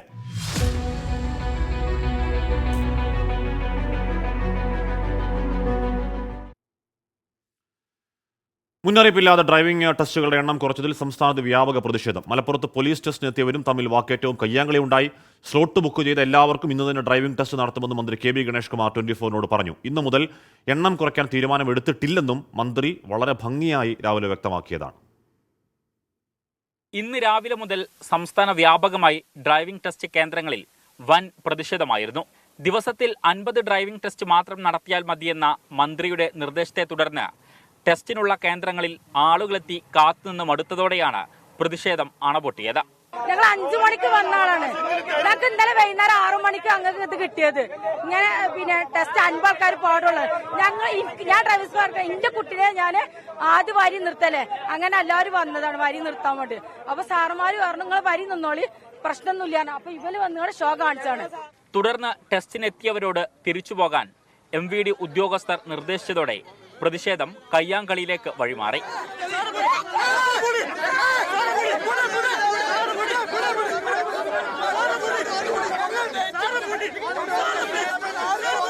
തുടർന്നാണ് വിഷയത്തിൽ മന്ത്രി KB ഗണേഷ് കുമാർ ഇടപെട്ടത്. വിഷയം ചർച്ച ചെയ്യുക മാത്രമാണ് ഉണ്ടായതെന്ന് മന്ത്രി പ്രതികരിച്ചു. ഒരു തടസ്സവുമില്ല. ഈ വന്നിരിക്കുന്നവർക്ക് സ്ലോട്ട് ബുക്ക് ചെയ്തിരിക്കുന്ന മുഴുവൻ ആൾക്കാർക്ക് ചെയ്തു കൊടുക്കും. ഒരു സംശയം കരുതി വേണ്ട. അതൊക്കെ ഈ ഡ്രൈവിംഗ് സ്കൂളുകാരുടെ ഫോക്കസും ഈ വകുപ്പിലെ ചില ആളുകളുടെ ചില പിന്തുണയോടുകൂടി നടക്കുന്ന ഒരു കാര്യം. തെരഞ്ഞെടുപ്പ് കാലത്ത് വരുമ്പോഴത്തേക്ക് രാഷ്ട്രീയമായി മുതലെടുക്കാൻ ചില ആളുകൾ ഇറങ്ങിയിട്ടുണ്ട്. അത് ശരിയാണ്. അതുകൊണ്ട് ഒരാശങ്കയും വേണ്ട. താങ്കൾ നേരെ പറഞ്ഞോളൂ. ഈ വന്നിരിക്കുന്ന സ്ലോട്ട് ബുക്ക് ചെയ്യുന്ന എല്ലാവർക്കും ലൈസൻസ് ടെസ്റ്റ് നടത്തി കൊടുക്കും. തുടർന്ന് ഏറെ നേരം ഉദ്യോഗസ്ഥരുമായി നടത്തിയ ചർച്ചയുടെ അടിസ്ഥാനത്തിലാണ് ട്രാൻസ്പോർട്ട് അസിസ്റ്റന്റ് കമ്മീഷണർ ഇന്ന് വന്ന മുഴുവൻ പേരുടെയും ടെസ്റ്റ് നടത്താൻ നിർദ്ദേശിച്ചത്. വിവിധ ബ്യൂറോകൾക്കൊപ്പം 24 മലപ്പുറം. അപ്പോൾ എന്താണ് അതിലുണ്ടായ കൺഫ്യൂഷൻ? എന്തുകൊണ്ടാണ് അങ്ങനെ മന്ത്രി പറയാത്തൊരു കാര്യം അല്ലെങ്കിൽ ഉത്തരവ് ഉണ്ടാവാത്തൊരു കാര്യം അങ്ങനെ രാവിലെ തിടുക്കപ്പെട്ടുണ്ടായത് എന്നൊക്കെ അന്വേഷണം ഉറപ്പായി നടത്തേണ്ടതാണ്. കാര്യം അത്രത്തോളം വലിയ സംഘർഷം വരുന്ന സാഹചര്യം രാവിലെ ഉണ്ടായിരുന്നു. സുഭാഷ് നരിക്കൽ പറയുന്നു, പത്മജയെ പലകൂറി കാലുവാരി തോൽപ്പിച്ച കഥ ഹാഷ്മിക്ക് അറിയില്ലേ എന്ന് പറയുകയാണ്. ഇപ്പോൾ ഒരു പഞ്ചായത്ത് വാർഡിലോ അല്ലെങ്കിൽ ഒരു തദ്ദേശ തെരഞ്ഞെടുപ്പിൽ ഒരു പക്ഷേ എല്ലാവരോടും ചേർന്ന് കാലുവാരി തോൽപ്പിക്കാം. പക്ഷേ ഒരു നിയമസഭാ മണ്ഡലത്തിലൊക്കെ അങ്ങനെ കുറച്ച് നേതാക്കളോ ആരെങ്കിലും വിചാരിച്ച കാലുവാരി ഒരാളെ തോൽപ്പിക്കാൻ പറ്റുമോ? ജനകീയനായ ഒരു സ്ഥാനാർത്ഥിയാണെങ്കിൽ കഴിയുമെന്ന് എനിക്ക് തോന്നുന്നില്ല. എൻ്റെ വ്യക്തിപരമായ നിലപാടാണ്. അഭിമന്യു വധക്കേസിൽ കുറ്റപത്രം അടക്കമുള്ള സുപ്രധാന രേഖകൾ കാണാതായതിൽ ഹൈക്കോടതി ആഭ്യന്തരാന്വേഷണത്തിന് ഉത്തരവിട്ടു. വിചാരണ കോടതിയിൽ സൂക്ഷിച്ചിരുന്ന 11 രേഖകളാണ് വിചാരണ ആരംഭിക്കാനിരിക്കെ കാണാതായത്. കോടതിയിൽ സൂക്ഷിച്ച രേഖകൾ എങ്ങനെ നഷ്ടമായി എന്നത് പോലീസ് അന്വേഷിക്കണം എന്ന ആവശ്യമുണ്ട്. അഭിമന്യു വധക്കേസിൽ പോപ്പുലർ ഫ്രണ്ടിന്റെ പങ്കുമായി ബന്ധപ്പെട്ട രേഖകൾ പരിശോധിക്കാൻ NIA സംഘം കോടതിയിലെത്തിയപ്പോഴാണ് കുറ്റപത്രമടക്കം 11 രേഖകൾ കോടതിയിൽ നിന്ന് നഷ്ടമായ വിവരം പുറത്തറിയുന്നത്. അന്വേഷണ സംഘം കോടതിയിൽ സമർപ്പിച്ച രേഖകൾ എങ്ങനെ കാണാതായി എന്നതിൽ ഇതുവരെ വ്യക്തതയില്ല. ഈ മാസം 18-ാം തീയതി കേസിന്റെ വിചാരണ ആരംഭിക്കാനിരിക്കെയാണ് നിർണായക രേഖകൾ കോടതിയിൽ നിന്നും നഷ്ടമാകുന്നത്. എറണാകുളം സെഷൻസ് കോടതിയിൽ നിന്നും വിവരം ഹൈക്കോടതിയെ അറിയിച്ചതോടെ പ്രോസിക്യൂഷനിൽ നിന്ന് പകരം രേഖകൾ വാങ്ങാൻ കോടതി നിർദ്ദേശം നൽകി. കോടതിയിൽ നിന്ന് രേഖകൾ നഷ്ടമായത് എങ്ങനെയെന്ന് അന്വേഷിക്കാൻ ഹൈക്കോടതി ആഭ്യന്തര അന്വേഷണത്തിനും നിർദ്ദേശം നൽകി. കേസ് അട്ടിമറിക്കാനുള്ള ശ്രമമാണ് നടക്കുന്നതെന്ന് KSU സംസ്ഥാന പ്രസിഡന്റ് ആരോപിച്ചു. അത് തുടക്കം മുതൽ ഞങ്ങൾ അതിൽ പറയുന്നു, അതിൽ ഇരയോടൊപ്പം വേട്ടക്കാരോടൊപ്പം ഓടുന്ന സമീപനമാണ് CPM തുടക്കം മുതൽ അനുവർത്തിച്ചു പോന്നിരുന്നത്. ആ രക്തസാക്ഷ്യത്തെ വിറ്റ് കാശാക്കിയ സംഘടനയാണ് SFIയും CPMഉം എന്ന് പറയുന്നത്. സംഭവത്തിൽ അന്വേഷണം വേണമെന്ന് അഭിമന്യുവിന്റെ സഹോദരനും ആവശ്യപ്പെട്ടു. അതായത് ഈ രേഖ എന്തായാലും കോടതിയിൽ നിന്ന് വെറുതെ ഇറങ്ങിപ്പോകില്ലല്ലോ. അപ്പോൾ ഇതിൻ്റെ പിന്നിൽ പ്രവർത്തിച്ചത് ആര്? കാരണം നീതിപീഠത്തിൽ നിന്നാണ് ഈ രേഖകൾ കാണാണ്ട് പോയേക്കുന്നത്. അപ്പോൾ നമ്മളെങ്ങനെ വിശ്വസിച്ച്, ഒരു കോടതി എങ്ങനെ വിശ്വസിച്ച് നമ്മളിത് നിൽക്കും? വീഴ്ച വരുത്തിയ ഉദ്യോഗസ്ഥർക്കെതിരെ നടപടി വേണമെന്നാണ് SFIയുടെ ആവശ്യം. ഏതൊരു കേസിന്റെയും അന്വേഷണം പൂർത്തിയാക്കി പോലീസ് കോടതിയിൽ സമർപ്പിക്കുന്ന കുറ്റപത്രമടക്കമുള്ള രേഖകൾ കോടതിയിൽ നിന്നൊരിക്കലും സ്വയം അപ്രത്യക്ഷമാകില്ല. അതിനു പിന്നിൽ ബോധപൂർവമായ ഇടപെടലുകൾ തന്നെ ഉണ്ടായിരിക്കാം. അത് ആര് നടത്തിയെന്നത് കണ്ടെത്തേണ്ടത് പോലീസാണ്. S. ശ്യാംകുമാർ, 24, കൊച്ചി. രഘുനന്ദനം തിരുമലോരോധനം പറയുന്നു, കോടതിയിൽ നിന്ന് രേഖകൾ കാണാതായ സ്ഥിതിക്ക് ആരെയും വിശ്വസിക്കാൻ പറ്റാത്ത അവസ്ഥയെന്ന് പറയുകയാണ്. എന്ന് പറഞ്ഞാൽ ഇതുപോലെ സുപ്രധാനമായ ഒരു കേസാണ്. ഒരു പാവം പയ്യനെ നിഷ്ഠൂരമായി കുത്തിക്കൊന്ന കേസിലെ കുറ്റപത്രമാണ്. അപ്പോൾ അത് നേരത്തെ അഭിമന്യു സഹോദരൻ പറയുന്ന പോലെ കോടതിയിൽ തന്നെ ഇറങ്ങി നടന്നു പോയില്ലോ. എന്താണ് ഇടപെടൽ? ഇത് കോടതിക്ക് നേരത്തെ ഒക്കെ എന്താണ് നഷ്ടമാകുന്ന വിവരം അറിയുന്നതാണ്. അപ്പോൾ ആരാണ്, എന്താണ് ദുരൂഹത എന്നതിൽ കൃത്യമായി അന്വേഷണം നടത്തി കാര്യങ്ങൾ പുറത്തേക്ക് വരട്ടെ, അത് വരണം. വെൽക്കം ബാക്ക് പ്രിയപ്പെട്ട പ്രേക്ഷകരെ. സമയം ഇപ്പോൾ 1:44 ആണ്. അതാ ഒരു പ്രേക്ഷകൻ RB ഡിവോഷണൽ എന്ന ഹാൻഡിൽ എന്ന് പറയുകയാണ്, കരുണാകരനെ കാലുവാരി തോൽപ്പിച്ച് അദ്ദേഹം BJPയിൽ പോയില്ല, എന്നിട്ടും ആ മകൾ ഇങ്ങനെ ചെയ്തല്ലോ, നെഞ്ചു പൊട്ടി പോകുന്നു ഹാഷ്മി. എനിക്കത് കോൺഗ്രസ് പ്രവർത്തകനാണെന്ന് തോന്നുന്നു. ഉറപ്പായും കെ കരുണാകരൻ്റെ വൈകാരികത മകളോടും മകനോടും ഒക്കെ കോൺഗ്രസ് പ്രവർത്തകർക്ക് ഉണ്ടാകുമല്ലോ. അപ്പോൾ ആ വൈകാരികതയുടെ പ്രതികരണമാണത്. എന്തൊരു ചൂട് എന്നൊരു പ്രേക്ഷകൻ പറയുന്നുണ്ടോ? ചൂടൊന്നുമല്ല. ഇന്നിപ്പോൾ ഇന്ന് പാലക്കാട് ജില്ലയിൽ ഉയർന്ന താപനില 38 ഡിഗ്രി സെൽഷ്യസ് വരെയും, പത്തനംതിട്ട, ആലപ്പുഴ, തൃശ്ശൂർ ജില്ലകളിൽ 37 ഡിഗ്രി സെൽഷ്യസ് വരെയും, കൊല്ലം, കോട്ടയം, കോഴിക്കോട്, കണ്ണൂർ ജില്ലകളിൽ 36 ഡിഗ്രി സെൽഷ്യസ് വരെയും ചൂട് കുത്തനെ ഉയരുമെന്നാണ്. എന്ന് പറഞ്ഞാൽ സാധാരണ ഉള്ളതിനേക്കാൾ ഒരു 3 ഡിഗ്രി സെൽഷ്യസ് വരെ അധികം. ഒരുപാട് വെള്ളം കുടിക്കുക. ഈ സമയത്ത് പറ്റുമെങ്കിൽ കഴിയുമെങ്കിൽ പുറത്തിറങ്ങാതിരിക്കുക. പുറത്തിറങ്ങുമെങ്കിൽ ഒരു കാലം കൂടെ കയ്യിൽ മസ്റ്റായി കരുതുക. ഇനി മാർക്കറ്റ് വ്യൂ ആണ്. ദാ Christina Cheriyan. DBFS market view സമർപ്പിക്കുന്നത് DBFS wealth management and non banking finance.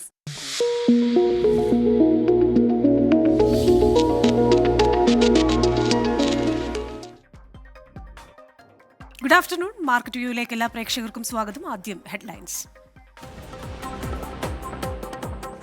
ഉയർന്ന ഓഹരി വിലയിൽ ലാഭമെടുപ്പ് കൂടിയതോടെ റെക്കോർഡിട്ട വിപണികളിൽ ചാഞ്ചാട്ടം. സെൻസെക്സ് 74,000 മുകളിലും നിഫ്റ്റി 22,400 മുകളിലും നേട്ടമുണ്ടാക്കി Bajaj auto, Tata steel, JSW steel ഓഹരികൾ.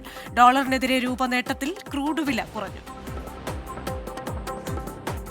ചരിത്രത്തിലെ ഏറ്റവും വലിയ മുന്നേറ്റത്തിൽ സംസ്ഥാനത്തെ സ്വർണ്ണവില. ഗ്രാമിന് 6,000 രൂപ കടന്നു. ഗ്രാമിന് 40 രൂപ ഉയർന്ന 6,010 രൂപയിലും പവന് 320 രൂപ കൂടി 48,080 വ്യാപാരം പുരോഗമിക്കുന്നു. കഴിഞ്ഞ 6 ദിവസം കൊണ്ട് പവന് കൂടിയത് 1,760 രൂപ. 3% GSTയും 5% പണിക്കൂലിയും ചേർത്താൽ ഒരു പവൻ ആഭരണം വാങ്ങാൻ 52,000 രൂപ നൽകണം. രാജ്യവ്യാപകമായി ചികിത്സാ നിരക്ക് ഏകീകരിക്കാൻ ആരോഗ്യ മന്ത്രാലയം. സംസ്ഥാന സർക്കാരുകളുമായി കൂടിയാലോചന ഈ വാരം. നീക്കം സർക്കാർ സ്വകാര്യ ആരോഗ്യ പരിപാലന സ്ഥാപനങ്ങൾ തമ്മിലുള്ള ചികിത്സാ ചെലവ് സംബന്ധിച്ച സുപ്രീം കോടതി പരാമർശങ്ങൾക്ക് മറുപടിയായി. നിരക്ക് ഏകീകരിക്കുന്നത് ആരോഗ്യ സംരക്ഷണത്തിന്റെ ഗുണനിലവാരത്തെ ബാധിക്കുമെന്ന് സ്വകാര്യ ആശുപത്രികൾ.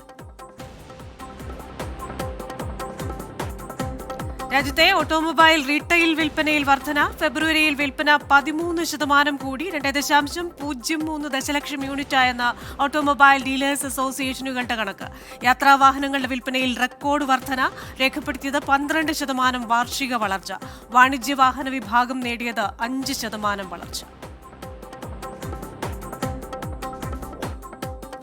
ഫോർമുല 1 വേണ്ടിയുള്ള ഇന്ധനം നിർമ്മിക്കാൻ IOC 3 മാസത്തിനുള്ളിൽ അഡ്രിനാലിൻ പമ്പിംഗ് ഫോർമുലയിൽ ഉപയോഗിക്കുന്ന ഇന്ധന നിർമ്മാണം തുടങ്ങും. റോഡ് റേസിംഗിൽ ഉപയോഗിക്കുന്ന ഇന്ധനം നിർമ്മിക്കുന്ന ആദ്യ ഇന്ധന കമ്പനി എന്ന നേട്ടം IOCക്ക്. ഇനി ട്രെയിനിൽ ലഭിക്കുന്ന ഭക്ഷണത്തെക്കുറിച്ച് പലരും പരാതി പറയുന്നത് കേട്ടിട്ടുണ്ട്. പക്ഷേ ഇഷ്ടമുള്ള റെസ്റ്റോറൻറ്റുകളിൽ നിന്നുള്ള ഭക്ഷണം സ്വിഗ്ഗി വഴി യാത്രക്കിടയിൽ ലഭിച്ചാലോ? ഇതിനായി റെയിൽവേയും സ്വിഗ്ഗിയും തമ്മിലൊരു ധാരണയായിട്ടുണ്ട്. IRCTCയുടെ ഈ കാറ്ററിംഗ് പോർട്ടൽ വഴി ഓർഡർ ചെയ്താൽ ഇഷ്ടഭക്ഷണം യാത്ര ചെയ്യുന്നയാളുടെ സീറ്റിലെത്തും. ആദ്യഘട്ടത്തിൽ സേവനം ലഭിക്കുന്നത് ബംഗളൂരു, ഭുവനേശ്വർ, വിശാഖപട്ടണം, വിജയവാഡ എന്നീ നഗരങ്ങളിലൂടെ യാത്ര ചെയ്യുന്നവർക്കാണ്. അടുത്ത 6 മാസത്തിനുള്ളിൽ 59-ലധികം സ്റ്റേഷനുകളിലേക്ക് ഈ സേവനം വ്യാപിപ്പിക്കും. സ്വിഗ്ഗി ആപ്പിലോ IRCTC ആപ്പിലോ PNR നമ്പർ നൽകി നിർദ്ദിഷ്ട സ്റ്റേഷനിൽ എത്തുന്ന വിധത്തിൽ ഭക്ഷണം ഓർഡർ ചെയ്യാം. ഇനി നമ്മൾ വിപണിയിലേക്ക് വന്നു കഴിഞ്ഞാൽ വിപണി രാവിലെ ഒരു റെക്കോർഡ് കുറിച്ചിരുന്നു. ആ റെക്കോർഡ് കുറിച്ചതിന് ശേഷം ഒരു ചാഞ്ചാട്ടത്തിലാണ്. വലിയ നേട്ടമോ വലിയ നഷ്ടമോ ഇല്ലാത്ത രീതിയിൽ അങ്ങോട്ടും ഇങ്ങോട്ടും ചാഞ്ചാടിയുള്ള ഒരു വ്യാപാരമാണ് വിപണിയിൽ നടക്കുന്നത്. ദേശീയ ഓഹരി വിപണി നിഫ്റ്റി 22,509 വ്യാപാരം നടക്കുന്നത്. 36 പോയിന്റ് ഉയർന്നാണ് ഇപ്പോൾ വ്യാപാരം നടക്കുന്നത്. Bank Nifty, bank financial services ഓഹരികൾ നോക്കിക്കഴിഞ്ഞാൽ ബാങ്ക് നിഫ്റ്റി ഓഹരികൾ ഇന്ന് ഇടിവിലാണ്. അതേസമയം നേരിയ നേട്ടത്തിലാണ് ഫൈനാൻഷ്യൽ സർവീസസ് ഓഹരികൾ എന്ന് കാണാൻ സാധിക്കും. ബോംബെ ഓഹരി സൂചികയിലേക്ക് വന്നു കഴിഞ്ഞാൽ 83 പോയിന്റ് ഉയർന്ന് 74,169 എന്ന നിലയിലാണ് ഇപ്പോൾ വ്യാപാരം നടക്കുന്നത്. ഇനി ഡോളർ റുപ്പി വിനിമയ നിരക്ക് നോക്കിക്കഴിഞ്ഞു കഴിഞ്ഞാൽ ഇന്ന് രൂപയ്ക്ക് നേട്ടമാണ്. 27 പൈസ ഉയർന്ന് 82 രൂപ 79 പൈസ എന്ന നിലയിലാണ് വ്യാപാരം നടക്കുന്നത്. നമ്മോടൊപ്പം മാർക്കറ്റ് വിശകലനത്തിനായി ശ്രീ പോൾ തോമസ് ഉണ്ട്, executive director DBFS. Shri Paul Thomas, good afternoon. എന്തായാലും രാവിലത്തെ ആ ഒരു റെക്കോർഡിൽ നിന്ന് ഒരു ചാഞ്ചാട്ടം. കഴിഞ്ഞ ദിവസം ജെറോം പവലിന്റെ ഒരു സ്റ്റേറ്റ്മെന്റ് വന്നിരുന്നു, പലിശ നിരക്ക് അത് കുറയ്ക്കുന്നത് അതിനൊരു സമയപരിധിയില്ല. അതിനുശേഷം ഡോളറിന്റെ മൂല്യത്തിലാണെങ്കിലും വിപണികളിലാണെങ്കിലും ഒക്കെ പ്രത്യേക ഒരു പ്രതികരണം കാണാൻ സാധിച്ചു. ഇനിയുള്ള ഒരു വ്യാപാരം എങ്ങനെയായിരിക്കും? Good afternoon.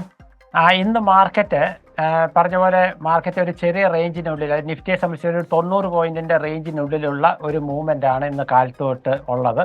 ഇന്ന് പ്രധാനമായിട്ടും നിഫ്റ്റി ഓപ്ഷൻസിന്റെ വീക്കിലി എക്സ്പയറി ആണ് എന്നൊരു പ്രത്യേകത കൂടി ഉണ്ട്. മാർക്കറ്റ് നാളെയും മാർക്കറ്റിന് ഒരു ഹോളിഡേ ആണ്. അടുത്ത 3 ദിവസം മാർക്കറ്റില്ല. ഇനി തിങ്കളാഴ്ച മാത്രമേ മാർക്കറ്റ് ഉണ്ടായിരിക്കുള്ളൂ. അപ്പോൾ ഇത്തരത്തിലുള്ള പല കാരണങ്ങളും മാർക്കറ്റിൽ ഒരു കൺസോൾട്ടേഷൻ ഫേസിൽ നിൽക്കുവാൻ സാധിക്കുന്നു എന്ന് ഞാൻ ചിന്തിക്കുന്നു. മാർക്കറ്റിനെ സംബന്ധിച്ചുള്ള ഇന്ന് വൈകിട്ട് ജെറോം പവലിൻ്റെ ഒരു സ്റ്റേറ്റ്മെൻറ്റ് ഇന്ന് പ്രതീക്ഷിക്കുന്നുണ്ട്. ഇന്ന് രാത്രി 8 മണിക്ക് ഉണ്ട്. അപ്പോൾ അതിൻ്റെ കൂടെ കൂടുതൽ വിശദാംശങ്ങൾ നമുക്ക് അതിനുള്ളിൽ കിട്ടും. അതായത് എപ്പോഴത്തേക്ക് US ഇൻട്രസ്റ്റ് റേറ്റ് കുറയ്ക്കും, എന്നത്തേക്ക് കുറയ്ക്കും, ഇതാണ് ഒരു പ്രധാനപ്പെട്ട ഒരു ക്വസ്റ്റ്യൻ മാർക്കറ്റുമായിട്ട് ബന്ധപ്പെട്ട് നിൽക്കുന്നത്. അപ്പം ഇൻട്രസ്റ്റ് റേറ്റ് കുറയ്ക്കുമെന്ന് അവർ പറഞ്ഞിട്ടുണ്ട് 2-3 പ്രാവശ്യം. പിന്നെ ഈ 2024 കുറയ്ക്കും എന്ന് പറഞ്ഞിട്ടുണ്ട്. പക്ഷെ അത് എന്ന് കുറയ്ക്കൽ ആരംഭിക്കും എന്നുള്ളതിനെ പറ്റി ഇപ്പോഴും കൃത്യമായിട്ടൊരു ധാരണ ഫെഡറൽ റിസർവ് ചെയർമാൻ പറഞ്ഞിട്ടില്ല. അപ്പോൾ അതിന് വേണ്ടിയിട്ടാണ് മാർക്കറ്റ് വെയിറ്റ് ചെയ്യുന്നത്. അപ്പോൾ അത് ഒരു പോസിറ്റീവ് ആണെങ്കിൽ തീർച്ചയായും മാർക്കറ്റിനും കമ്പനികൾക്കും അതൊരു പോസിറ്റീവ് ആയിരിക്കും. അതിന് പുറമെ ഇന്ത്യയിലും ഇൻട്രസ്റ്റ് റേറ്റ് കുറയ്ക്കാനുള്ള സാധ്യതകളുണ്ട്. ശരി, താങ്ക് യു ശ്രീ പോൾ തോമസ്. എന്തായാലും മാർക്കറ്റ് വ്യൂവിന്റെ പ്രേക്ഷകർക്കായി ഒരു കാർഡ് ഇന്ന് 24ന്റെ ഫേസ്ബുക്ക്, ഇൻസ്റ്റാഗ്രാം പ്ലാറ്റ്ഫോമിൽ നൽകും. ഇതിന് താഴെ വിപണിയുമായി ബന്ധപ്പെട്ട നിങ്ങളുടെ സംശയങ്ങൾ കമന്റ് ചെയ്യാം. ഇതിൽ നിന്ന് തെരഞ്ഞെടുക്കപ്പെടുന്ന മികച്ച ചോദ്യത്തിന് ക്യാഷ് പ്രൈസ് ഉണ്ട്. മാർക്കറ്റ് വ്യൂ കാണാനും സമ്മാനം നേടാനും മറക്കണ്ട. മാർക്കറ്റ് വ്യൂവിന്റെ എപ്പിസോഡ് ഇവിടെ പൂർണ്ണമാവുകയാണ്. വൈകിട്ട് 4:45 വീണ്ടും കാണാം. നമസ്കാരം. Back to Hashmi.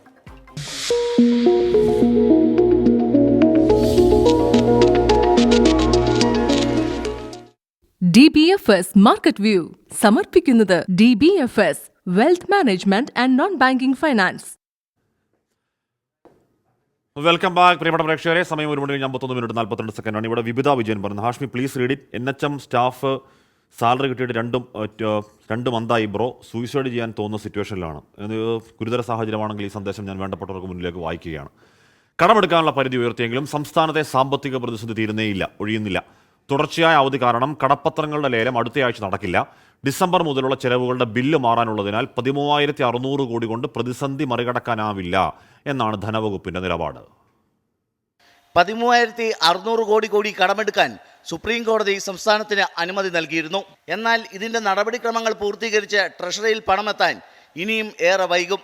കടമെടുക്കാവുന്ന തുകയുടെ വിശദാംശങ്ങൾ കേന്ദ്രം റിസർവ് ബാങ്കിനെയും സംസ്ഥാനത്തെയും രേഖാമൂലം അറിയിക്കണം. ഇതിനുശേഷം മാത്രമേ സംസ്ഥാനത്തിന് ലേലത്തിനായി വിജ്ഞാപനം പുറത്തിറക്കാൻ കഴിയൂ. നിലവിൽ എല്ലാ ചൊവ്വാഴ്ചകളിലുമാണ് സംസ്ഥാനങ്ങളുടെ കടപ്പത്ര ലേലം നടക്കുന്നത്. നാളെ മുതൽ തുടർച്ചയായ അവധികളായതിനാൽ നടപടികൾ പൂർത്തീകരിച്ച് അടുത്ത ചൊവ്വാഴ്ച ലേലം നടത്താൻ കഴിയില്ല. 19 മാത്രമേ കടപ്പത്രങ്ങളുടെ ലേലം നടക്കുകയുള്ളൂ. ഈ തുക ട്രഷറിയിലെത്താൻ ദിവസങ്ങളെടുക്കും. മാത്രമല്ല 13,600 കോടി കൊണ്ട് പ്രതിസന്ധി മറികടക്കാൻ കഴിയില്ലെന്നാണ് ധനവകുപ്പ് ചൂണ്ടിക്കാട്ടുന്നത്. ഡിസംബർ മുതലുള്ള ബില്ലുകൾ കുടിശ്ശികയാണ്. ഇതുൾപ്പെടെ നൽകണമെങ്കിൽ കഴിഞ്ഞ മാർച്ച് ചെലവഴിച്ച 22,000 കോടിയേക്കാൾ കൂടുതൽ തുക വേണ്ടിവരും. ഏപ്രിൽ ആദ്യം ശമ്പളവും പെൻഷനും നൽകാനായി 5,000 കോടി മാറ്റിവെക്കണം. ഇതെല്ലാം ചേർത്ത് മാർച്ചിലെ ചെലവ് 26,000 കോടിയായി ഉയരുമെന്നാണ് ധനവകുപ്പിന്റെ നിലപാട്. VA ഗിരീഷ്, 24, തിരുവനന്തപുരം. അതേസമയം തന്നെ 7-ാം തീയതിയായിട്ടും മുഴുവൻ സർക്കാർ ജീവനക്കാരുടെയും ശമ്പള വിതരണം പൂർത്തിയായിട്ടില്ല. സാമ്പത്തിക പ്രതിസന്ധി മൂലം ട്രഷറി ഓവർഡ്രാഫ്റ്റിലാകാതിരിക്കാൻ ശമ്പളം നൽകുന്നതിൽ നിയന്ത്രണം തുടരുകയാണ്. 5 ലക്ഷത്തോളം വരുന്ന സർക്കാർ ജീവനക്കാരിൽ 10% ആളുകൾക്ക് ഇനിയും ശമ്പളം എത്തിയിട്ടില്ല എന്നാണ് വിവരം. ആരോഗ്യവകുപ്പിലെയും വിദ്യാഭ്യാസ വകുപ്പിലെയും ജീവനക്കാർക്കാണ് ശമ്പളം വൈകൽ. ഇന്നുകൊണ്ട് മുഴുവൻ ആളുകൾക്കും ശമ്പളം നൽകി തീർക്കാനാണ് ധനവകുപ്പിന്റെ ശ്രമം. വെള്ളാപ്പള്ളി നടേശൻ പറയുകയാണ് പത്മജയുടെ BJP പ്രവേശനത്തിൽ പത്മജയെ കൊണ്ട് BJPക്ക് മെമ്പർഷിപ്പിന് തുക കിട്ടും, അംഗത്വ ഫീസ് കിട്ടുന്നതല്ലാതെ ഒരു ഗുണവും BJPക്ക് കിട്ടില്ല. കെ മുരളീധരൻ ബന്ധം ഉപേക്ഷിക്കുമെന്ന് പറഞ്ഞ കടന്ന കൈയായിപ്പോയി എന്നൊക്കെ വെള്ളാപ്പള്ളി നടേശൻ അതിന് പറയുകയാണ്. അപ്പോൾ ഇവിടെ ആശാ വി എന്നൊരു പ്രേക്ഷകർ പറഞ്ഞിട്ടുള്ളൂ, അയ്യോ ഗോൾഡിന് 50,000 ആയോ, ഞാൻ എൻ്റെ 9 പവൻ 2 മാസം മുമ്പ് വിറ്റത് ഇപ്പോൾ വിറ്റാൽ മതിയായിരുന്നു, വീട് പണിക്ക് വിറ്റതാണ്, ഇപ്പോൾ നല്ല വിലയുണ്ടായിരുന്നു, ഇനിയൊന്നും ഗോൾഡ് വാങ്ങിക്കാൻ പറ്റില്ല എന്ന് പറയണം. പോയ ബുദ്ധി ആന പിടിച്ചാൽ കിട്ടില്ല. Welcome back. പ്രിയപ്പെട്ട പ്രേക്ഷകരെ, സമയം 1 മണി കഴിഞ്ഞ് 58 ആണ്. നേരത്തെ ഒരു പ്രേക്ഷകൻ ചോദിച്ചിരുന്നു ഇലക്ട്രൽ ബോണ്ടിന്റെ കാര്യം എന്തായാലും ചോദിച്ചിരുന്നു. SBIയുടേത് തെരഞ്ഞെടുപ്പ് കഴിയും വരെ ഇലക്ട്രൽ ബോണ്ടുകളുടെ വിശദാംശങ്ങൾ പരസ്യമാക്കാതിരിക്കാനുള്ള തന്ത്രമാണെന്ന് CPM പറയുന്നുണ്ട്. ഡീറ്റെയിൽസ് ചെയ്ത SBIക്ക് കുറഞ്ഞ സമയത്തിൽ വിവരങ്ങൾ നൽകാനാകില്ല എന്നത് അവിശ്വസനീയമാണ്. അനിഷേധ്യ നിലപാടെടുക്കുന്നത് മോദി സർക്കാർ സമ്മർദ്ദത്തെ തുടർന്നാണ് എന്നും പറയുകയാണ്. അപ്പോൾ ഇലക്ട്രൽ ബോണ്ടുകളുടെ വിശദാംശങ്ങൾ വെളിപ്പെടുത്തണം എന്ന് സുപ്രീം കോടതി പറഞ്ഞതാണ്. പക്ഷേ SBI അതിനോട് സമയം കൂടുതൽ ചോദിക്കുന്നതിനോടാണ് CPMന്റെ പ്രതികരണം. അപ്പോൾ ഇനി നമ്മൾ നേരെ പോകുന്നത് ഇങ്ങോട്ടാണ്, സ്പോർട്സ് വാർത്തകൾ.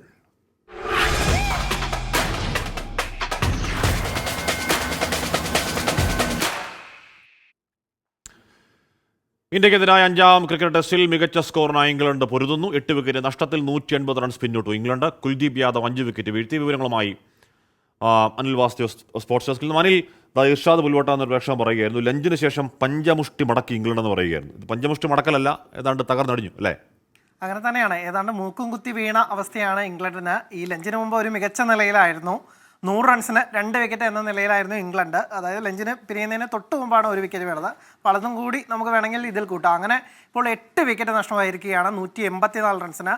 ഈ ലഞ്ചിന് ശേഷം കുൽദീപ് യാദവിൻ്റെ ഒരു മാജിക് തന്നെയാണ് കണ്ടത്. കുൽദീപ് 5 വിക്കറ്റ് വീഴ്ത്തി. ഒപ്പം തന്നെ അശ്വിൻ 100ാം ടെസ്റ്റ് കളിക്കുന്ന അശ്വിൻ 2 വിക്കറ്റും ജഡേജ 1 വിക്കറ്റും വീഴ്ത്തി. അതായത് സമീപകാലത്ത് ഈ ധർമ്മശാല വളരെയധികം പേര് കേട്ടത് പേസ് ബൗളർമാരുടെ മികച്ച ബൗളിംഗ് പ്രകടനത്തിൻ്റെ പേരിലാണ്. അവസാനം നടന്ന രഞ്ജി മത്സരത്തിൽ 280 ഓവറിൽ ആകെ 19 ഓവർ മാത്രമാണ് സ്പിന്നർമാർ എറിഞ്ഞത്. അതുകൊണ്ട് തന്നെ ഒരു പേസേഴ്സിന് വളരെയധികം ഗുണം ചെയ്യും എന്ന് കരുതിയിരുന്ന ഒരു പിച്ചിലാണ് ഇപ്പോൾ സ്പിന്നർമാരുടെ പൂണ്ട് വിളയാട്ടം. ഇംഗ്ലണ്ടിനെ ഇപ്പോൾ ഒരു 200-നകത്ത് തന്നെ ഒതുക്കുന്ന ഒരു അവസ്ഥയിലേക്കാണ് ഇന്ത്യൻ ബൗളർമാർ പോകുന്നത്. 8 വിക്കറ്റിന് 184 എന്ന നിലയിലാണ്. സാക്രോളി മാത്രമാണ് പൊരുതിയത്. 79 റൺസ് എടുത്ത സാക്രോളിയെ കുൽദീപ് ബൗൾഡാക്കിയതോടുകൂടി അക്കാര്യത്തിലും ഒരു തീരുമാനമായി. എന്തായാലും പരമ്പരയിൽ ഇന്ത്യ 3-1 മുന്നിലാണ്. ഈ മത്സരം കൂടി ജയിച്ചാൽ 4-1 എന്ന സ്കോറിലെത്തും. ഒപ്പം തന്നെ ഇന്ത്യയെ കാത്തിരിക്കുന്നത് വലിയ ഒരു ചരിത്രമാണ്. 112 വർഷം പഴക്കമുള്ള ഒരു റെക്കോർഡിനൊപ്പം എത്താനുള്ള അവസരമാണ് ഇന്ത്യയെ കാത്തിരിക്കുന്നത്. ആദ്യ ടെസ്റ്റ് തോറ്റതിന് ശേഷം തുടർച്ചയായി 4 മത്സരങ്ങൾ ജയിക്കുക, അങ്ങനെ ഒരു ആ പരമ്പരയിലെ 4 മത്സരങ്ങൾ ജയിക്കുക, അങ്ങനെ ഒരു റെക്കോർഡാണ് ഇന്ത്യയെ കാത്തിരിക്കുന്നത്. രോഹിത് ശർമ്മയും സംഘത്തെയും കാത്തിരിക്കുന്നത്. ആ ഒരു വഴിക്ക് തന്നെയാണ് ഇപ്പോൾ നീങ്ങുന്നത് എന്ന് പറയാം. എന്തായാലും ഇന്ത്യ ഉടൻ തന്നെ ഇംഗ്ലണ്ടിനെ ഒരു 200-നുള്ളിൽ തന്നെ എറിഞ്ഞിട്ട് ഇന്ത്യ മികച്ച സ്കോർ അടിച്ചെടുക്കുമെന്ന് നമുക്ക് പ്രതീക്ഷിക്കാം. ഹാഷ്മി. ഓക്കെ, ഇപ്പോൾ ഈ കളി ജയിക്കുന്നതും തോൽക്കുന്നതും ഇന്ത്യയുടെ വിജയസാധ്യത ബാധിക്കുന്നതല്ല എങ്കിൽ കൂടിയും അപ്പോൾ അത് സ്വാഭാവികമായും ഇന്ത്യയുടെ മുറയിൽ വല്ലാതെ കൂട്ടും, മറ്റവരുടെ മുറയിൽ വല്ലാതെ ഇടിക്കും. അത് പ്രകടമാണ് കളിയിൽ. ഓക്കെ, രാകേഷും റോഷൻ പറയുകയാണ്, ആഷ്മി ദുബായിൽ നിന്നെത്തിയ ഞാൻ ഇന്ന് വീട്ടിലെ ടാപ്പ് തുറന്നപ്പോൾ ദുബായിലെ റൂമിലെ ടാപ്പ് തുറന്നത് സുഖം. നല്ല തിളച്ച വെള്ളം, 32 ഡിഗ്രി സെൽഷ്യസ് ആണെങ്കിലും 45 ഡിഗ്രി സെൽഷ്യസിൻ്റെ എഫക്റ്റാണ്. അപ്പോൾ ഒന്ന് സൂക്ഷിക്കുക. ഷവറും അല്ലാതെയൊക്കെ വെള്ളം ഉപയോഗിക്കുമ്പോൾ പൊള്ളിപ്പോകാൻ നോക്കുക. കാട് എന്ന മലയോരത്തിൻ്റെ പേടി.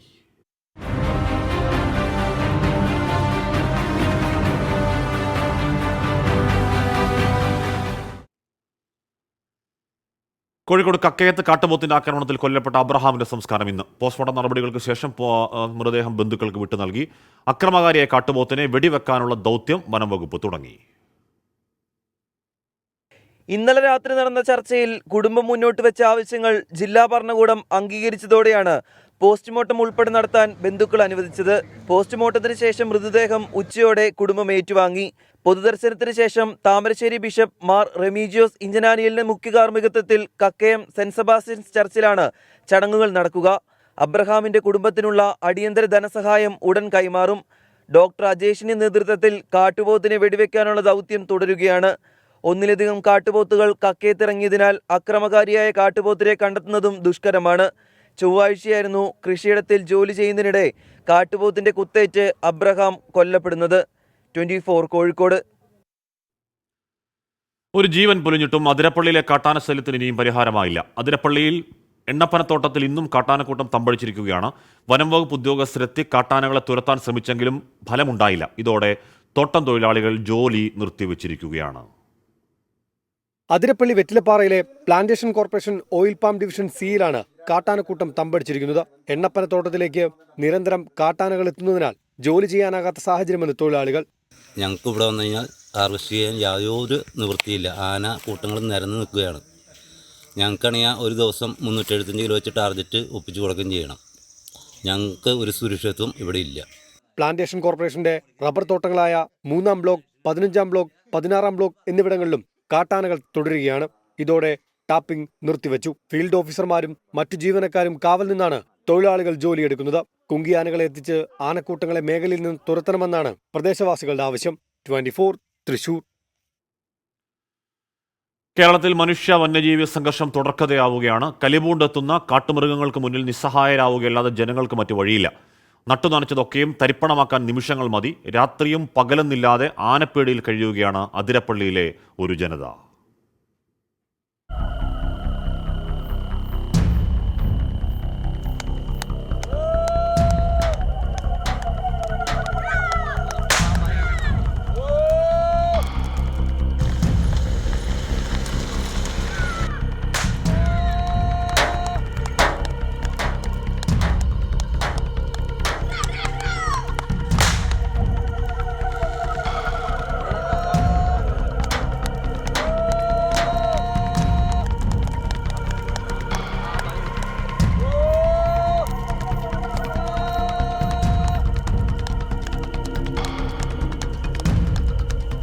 ആതിരപ്പള്ളി ജനവാസ മേഖലയിലാണ് ഞങ്ങളിപ്പോൾ ഉള്ളത്. ആ ജനവാസ മേഖലയിൽ നിന്ന് റോഡ് മുറിച്ചു കടക്കുന്ന ആനക്കൂട്ടത്തെയാണ് നമുക്കിപ്പോൾ കാണാൻ കഴിയുന്നത്.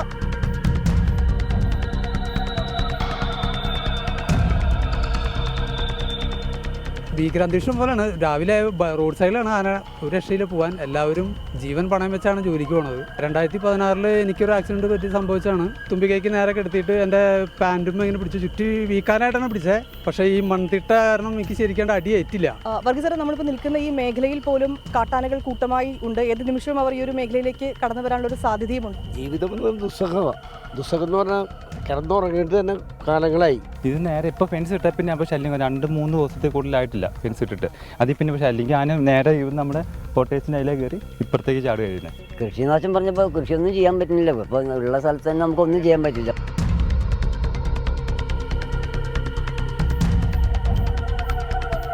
കഴിഞ്ഞ ദിവസം ഇവിടെ ആന വന്നിട്ട് വാല് തുറന്നൊഴിക്ക് കൊമ്പനെ കണ്ട് കൊച്ച് പേടിച്ച് ഓടി. നമുക്ക് നല്ല പേടിയുണ്ട് സത്യം പറയാലോ. ഞാൻ ഇത്രയും വിഷമത്തോടുകൂടി പറയണമെങ്കിൽ നമുക്ക് വേണ്ടി ഒരു ഞങ്ങൾ മനുഷ്യനല്ലേ, ജീവിക്കണ്ടേ. ഇത് ഈ വഴി കൂടെ ആന പോയിട്ടുണ്ട്.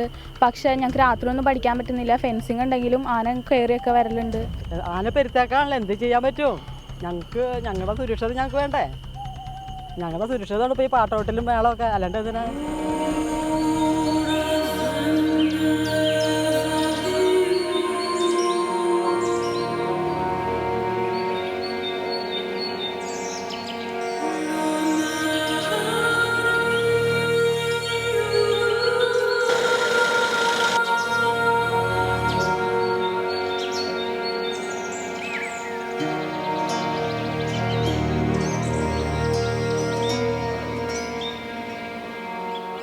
ബസ് ഇറങ്ങി വരുന്ന വഴിയിലും ആനയായിരിക്കും. ടാസ്ക് നിറയെ ആനയായിരിക്കും. ഫോറസ്റ്റുകാർക്കൊന്നും ഒരു ഉത്തരവാദിത്വം ഇല്ല. എത്ര അറിയിച്ചാലും പറഞ്ഞാലും അവർ വരെയില്ല. ഇന്നിപ്പോൾ നിങ്ങൾ വന്നപ്പോൾ നിങ്ങൾ വന്നു എന്ന് അറിഞ്ഞതുകൊണ്ടാണ് അവർ ഓടിങ്ങോട്ട് വന്നേക്കണത്. കെട്ടിടങ്ങൾ മുഴുവൻ ആന തകർത്തു. ഞങ്ങളെവിടേക്ക് പോകുന്നു പോലും ഒരു പിടുത്തമില്ലാത്ത രീതിയിലാണ്.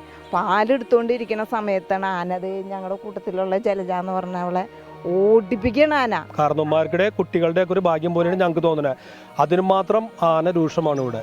പക്ഷേ ഇത് ഒരു മുറിയിൽ നിന്ന് ചർച്ച ചെയ്ത് തീർക്കേണ്ട വിഷയമല്ല. ഈ തോട്ടത്തിലെ തൊഴിലാളികളുടെ വികാരം മനസ്സിലാക്കിക്കൊണ്ട് ബന്ധപ്പെട്ട മന്ത്രി അതിന് മുൻകൈ എടുത്തുകൊണ്ട് ഇവിടെ ഒരു പെട്രോളിംഗ് സംവിധാനം ഏർപ്പെടുത്തണം.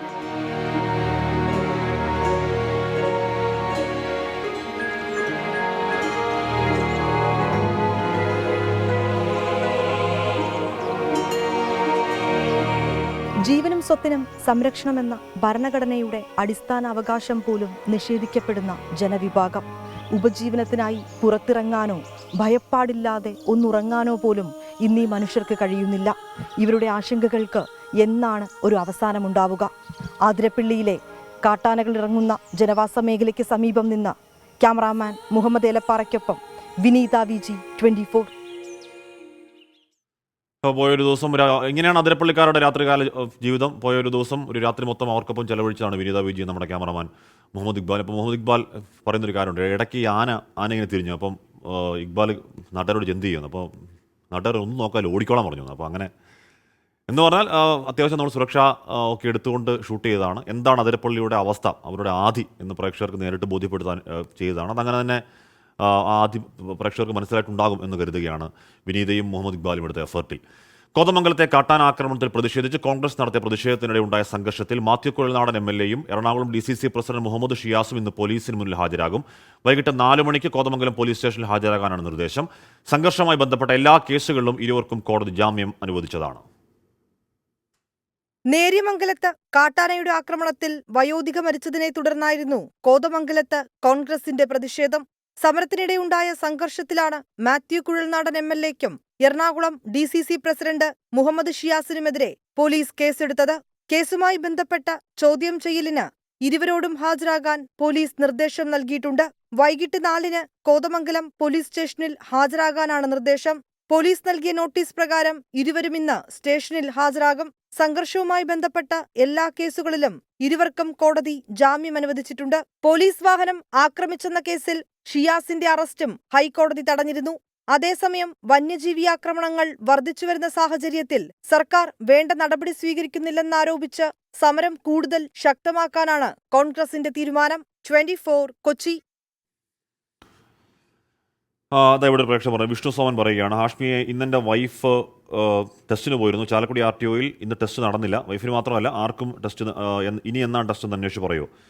മന്ത്രി പറഞ്ഞതിന് ശേഷം ആ ടെസ്റ്റ് പുനരാരംഭിച്ചതാണ്. ഇപ്പോൾ ചാലക്കുടിയിൽ എന്താണ് സംഭവിച്ചതെന്ന് RTO ഓഫീസിൽ തന്നെ ചോദിച്ചാൽ കൃത്യമായി ഇനി എന്നാണ് പുതിയ ഡേറ്റ് എന്നറിയാൻ കഴിയുള്ളൂ. അവിടെ അന്വേഷിക്കൂ, നമ്മളും അന്വേഷിക്കാം. വിഷ്ണു. വന്യജീവി സംഘർഷം തടയാൻ കേരളം, തമിഴ്നാട്, കർണാടക സംസ്ഥാനങ്ങളുടെ സംയുക്ത യോഗം ഞായറാഴ്ച ബന്ദിപ്പൂരിലാണ് യോഗം. 3 സംസ്ഥാനങ്ങളുടെയും വനം മന്ത്രിമാർ ഈ യോഗത്തിൽ പങ്കെടുക്കും. കർണാടക വനം വകുപ്പ് പിടികൂടി കാട് കയറ്റിയ ബേലൂർ ഭഗ്ന എന്ന കാട്ടാന വയനാട്ടിലെത്തി ആളെ കൊന്നതോടെയാണ് അന്തർ സംസ്ഥാന യോഗത്തിന് കളമൊരുങ്ങിയത്. ഈ മാസം 3-4 തീയതികളിൽ ബംഗളൂരുവിൽ യോഗം ചേരാനായിരുന്നു ആദ്യത്തെ തീരുമാനം. പിന്നീട് യോഗം ബന്ദിപ്പൂരിലേക്ക് മാറ്റി. ഞായറാഴ്ച ചേരുന്ന യോഗത്തിന് കർണാടക, തമിഴ്നാട്, കേരളം സംസ്ഥാനങ്ങളിലെ വനമന്ത്രിമാർ നേതൃത്വം നൽകും. കേരളത്തിൽ നിന്ന് AK ശശീന്ദ്രന്റെ നേതൃത്വത്തിൽ 15-അംഗ സംഘമാണ് പങ്കെടുക്കുക. വനം വകുപ്പ് മേധാവി, ഉപമേധാവിമാർ, പ്രശ്നബാധിത പ്രദേശങ്ങളിലെ ഫോറസ്റ്റ് റേഞ്ച് ഓഫീസേഴ്സ് എന്നിവരാണ് സംഘത്തിലുള്ളത്. ശനിയാഴ്ച വയനാട്ടിലെത്തുന്ന വനം മന്ത്രി ഉദ്യോഗസ്ഥരുമായി കൂടിക്കാഴ്ച നടത്തിയ ശേഷമായിരിക്കും ബന്ദിപ്പൂരിലേക്ക് തിരിക്കുക. യോഗത്തിൽ ഉന്നയിക്കാനുള്ള നിർദ്ദേശങ്ങൾ ഉൾപ്പെടെ നേരത്തെ തന്നെ വനം വകുപ്പ് തയ്യാറാക്കിയിട്ടുണ്ട്. AV ജയശങ്കർ, 24, തിരുവനന്തപുരം. സ്വപ്നമോൾ പറയുകയാണ്, പീരുമേട് ഗവൺമെൻറ് ഹോസ്പിറ്റലിൽ കുട്ടികളുടെ പാരസെറ്റമോൾ പോലും ജനുവരി മുതൽ ഇല്ല. ഇങ്ങനെയാണ് അധികൃതർ ശ്രദ്ധയിൽപ്പെടുത്തിയാൽ നന്നായി എന്ന് പറയുന്നത് ഞാൻ വായിച്ചിരിക്കുന്നു. പീരുമേട് ഗവൺമെൻറ് ഹോസ്പിറ്റലിലെ കാര്യമാണ് സ്വപ്നമോൾ MA പറയുന്നത്. 10 വർഷത്തെ ജയിൽവാസത്തിന് ശേഷം കുറ്റമുക്തനായ ഡൽഹി സർവകലാശാല പ്രൊഫസർ GN സായിബാബ ഒടുവിൽ മോചിതനായി. മാവോയിസ്റ്റ് ബന്ധം ആരോപിച്ച് UAP ചുമത്തിയാണ് സായിബാബയെ ജയിലിൽ അടച്ചത്. ബോംബെ ഹൈക്കോടതി കുറ്റമുക്തനാക്കിയിട്ടും 2 നാൾ വൈകിയാണ് സായിബാബയ്ക്ക് ജയിൽ മോചിതനാകാൻ കഴിഞ്ഞത്.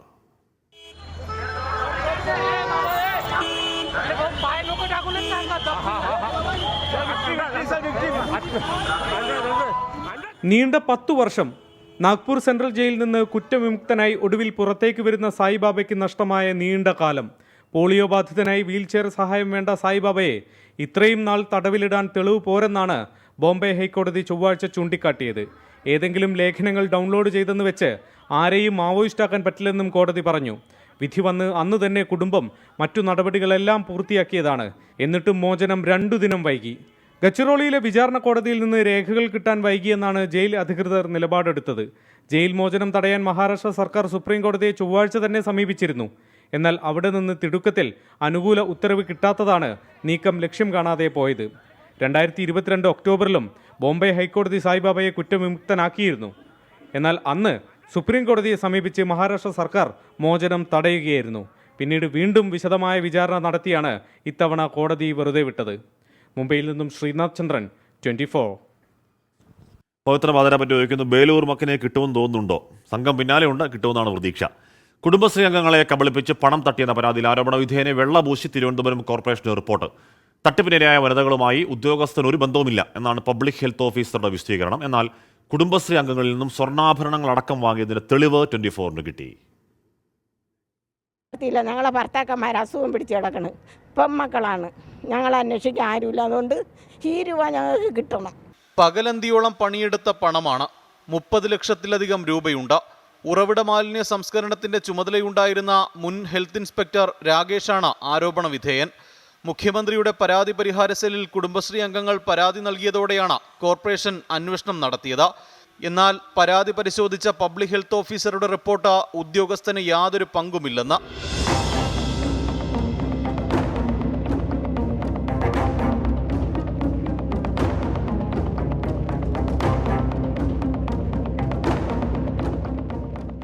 കുടുംബശ്രീ അംഗങ്ങളുമായി ഒരു സാമ്പത്തിക ഇടപാടുമില്ലെന്ന് പറയുന്ന ഇതേ ഉദ്യോഗസ്ഥൻ മാലിന്യം പേറി ജീവിക്കുന്നവരിൽ നിന്ന് വാങ്ങിയെടുത്തത് ലക്ഷങ്ങൾ വിലയുള്ള ആഭരണങ്ങളും പാരിതോഷികങ്ങളുമാണ്. സാറിന് ട്രാൻസ്ഫർ ആകുമ്പോൾ സാറിന് എന്തെങ്കിലും ചെയ്യണമെന്ന് പറഞ്ഞുകൊണ്ട് ഇത്ര രൂപ വീതം ഞങ്ങളെ ശമ്പളത്തിൽ നിന്ന് ഷെയർ ഇട്ട് ആദ്യത്തെ പ്രാവശ്യം 1 പവൻ്റെ മോതിരം, രണ്ടാമത്തെ പ്രാവശ്യം 2 പവൻ്റെ മാല, പിന്നെ സാറിൻ്റെ മോക്ക് ചടങ്ങായപ്പോൾ 1 പവൻ്റെ വള. ഇതെല്ലാം ഞങ്ങൾ പുഴുവാരി കഷ്ടപ്പെട്ട രൂപയിൽ നിന്നാണ് എടുത്തിതെല്ലാം ചെയ്തിട്ടുള്ളത്. അപ്പം ഞങ്ങളടുത്ത് പറഞ്ഞത്, നിങ്ങൾക്ക് എത്ര രൂപയുണ്ടെങ്കിലും നിങ്ങൾ ഇവിടെ നിന്ന് പിരിഞ്ഞു പോകുമ്പം നിങ്ങൾക്ക് തരും. എന്നിട്ട് ഇപ്പോൾ രൂപയും തരുന്നില്ല. അവർ പറയുന്നത് റെക്കോർഡില്ല, രേഖയില്ല.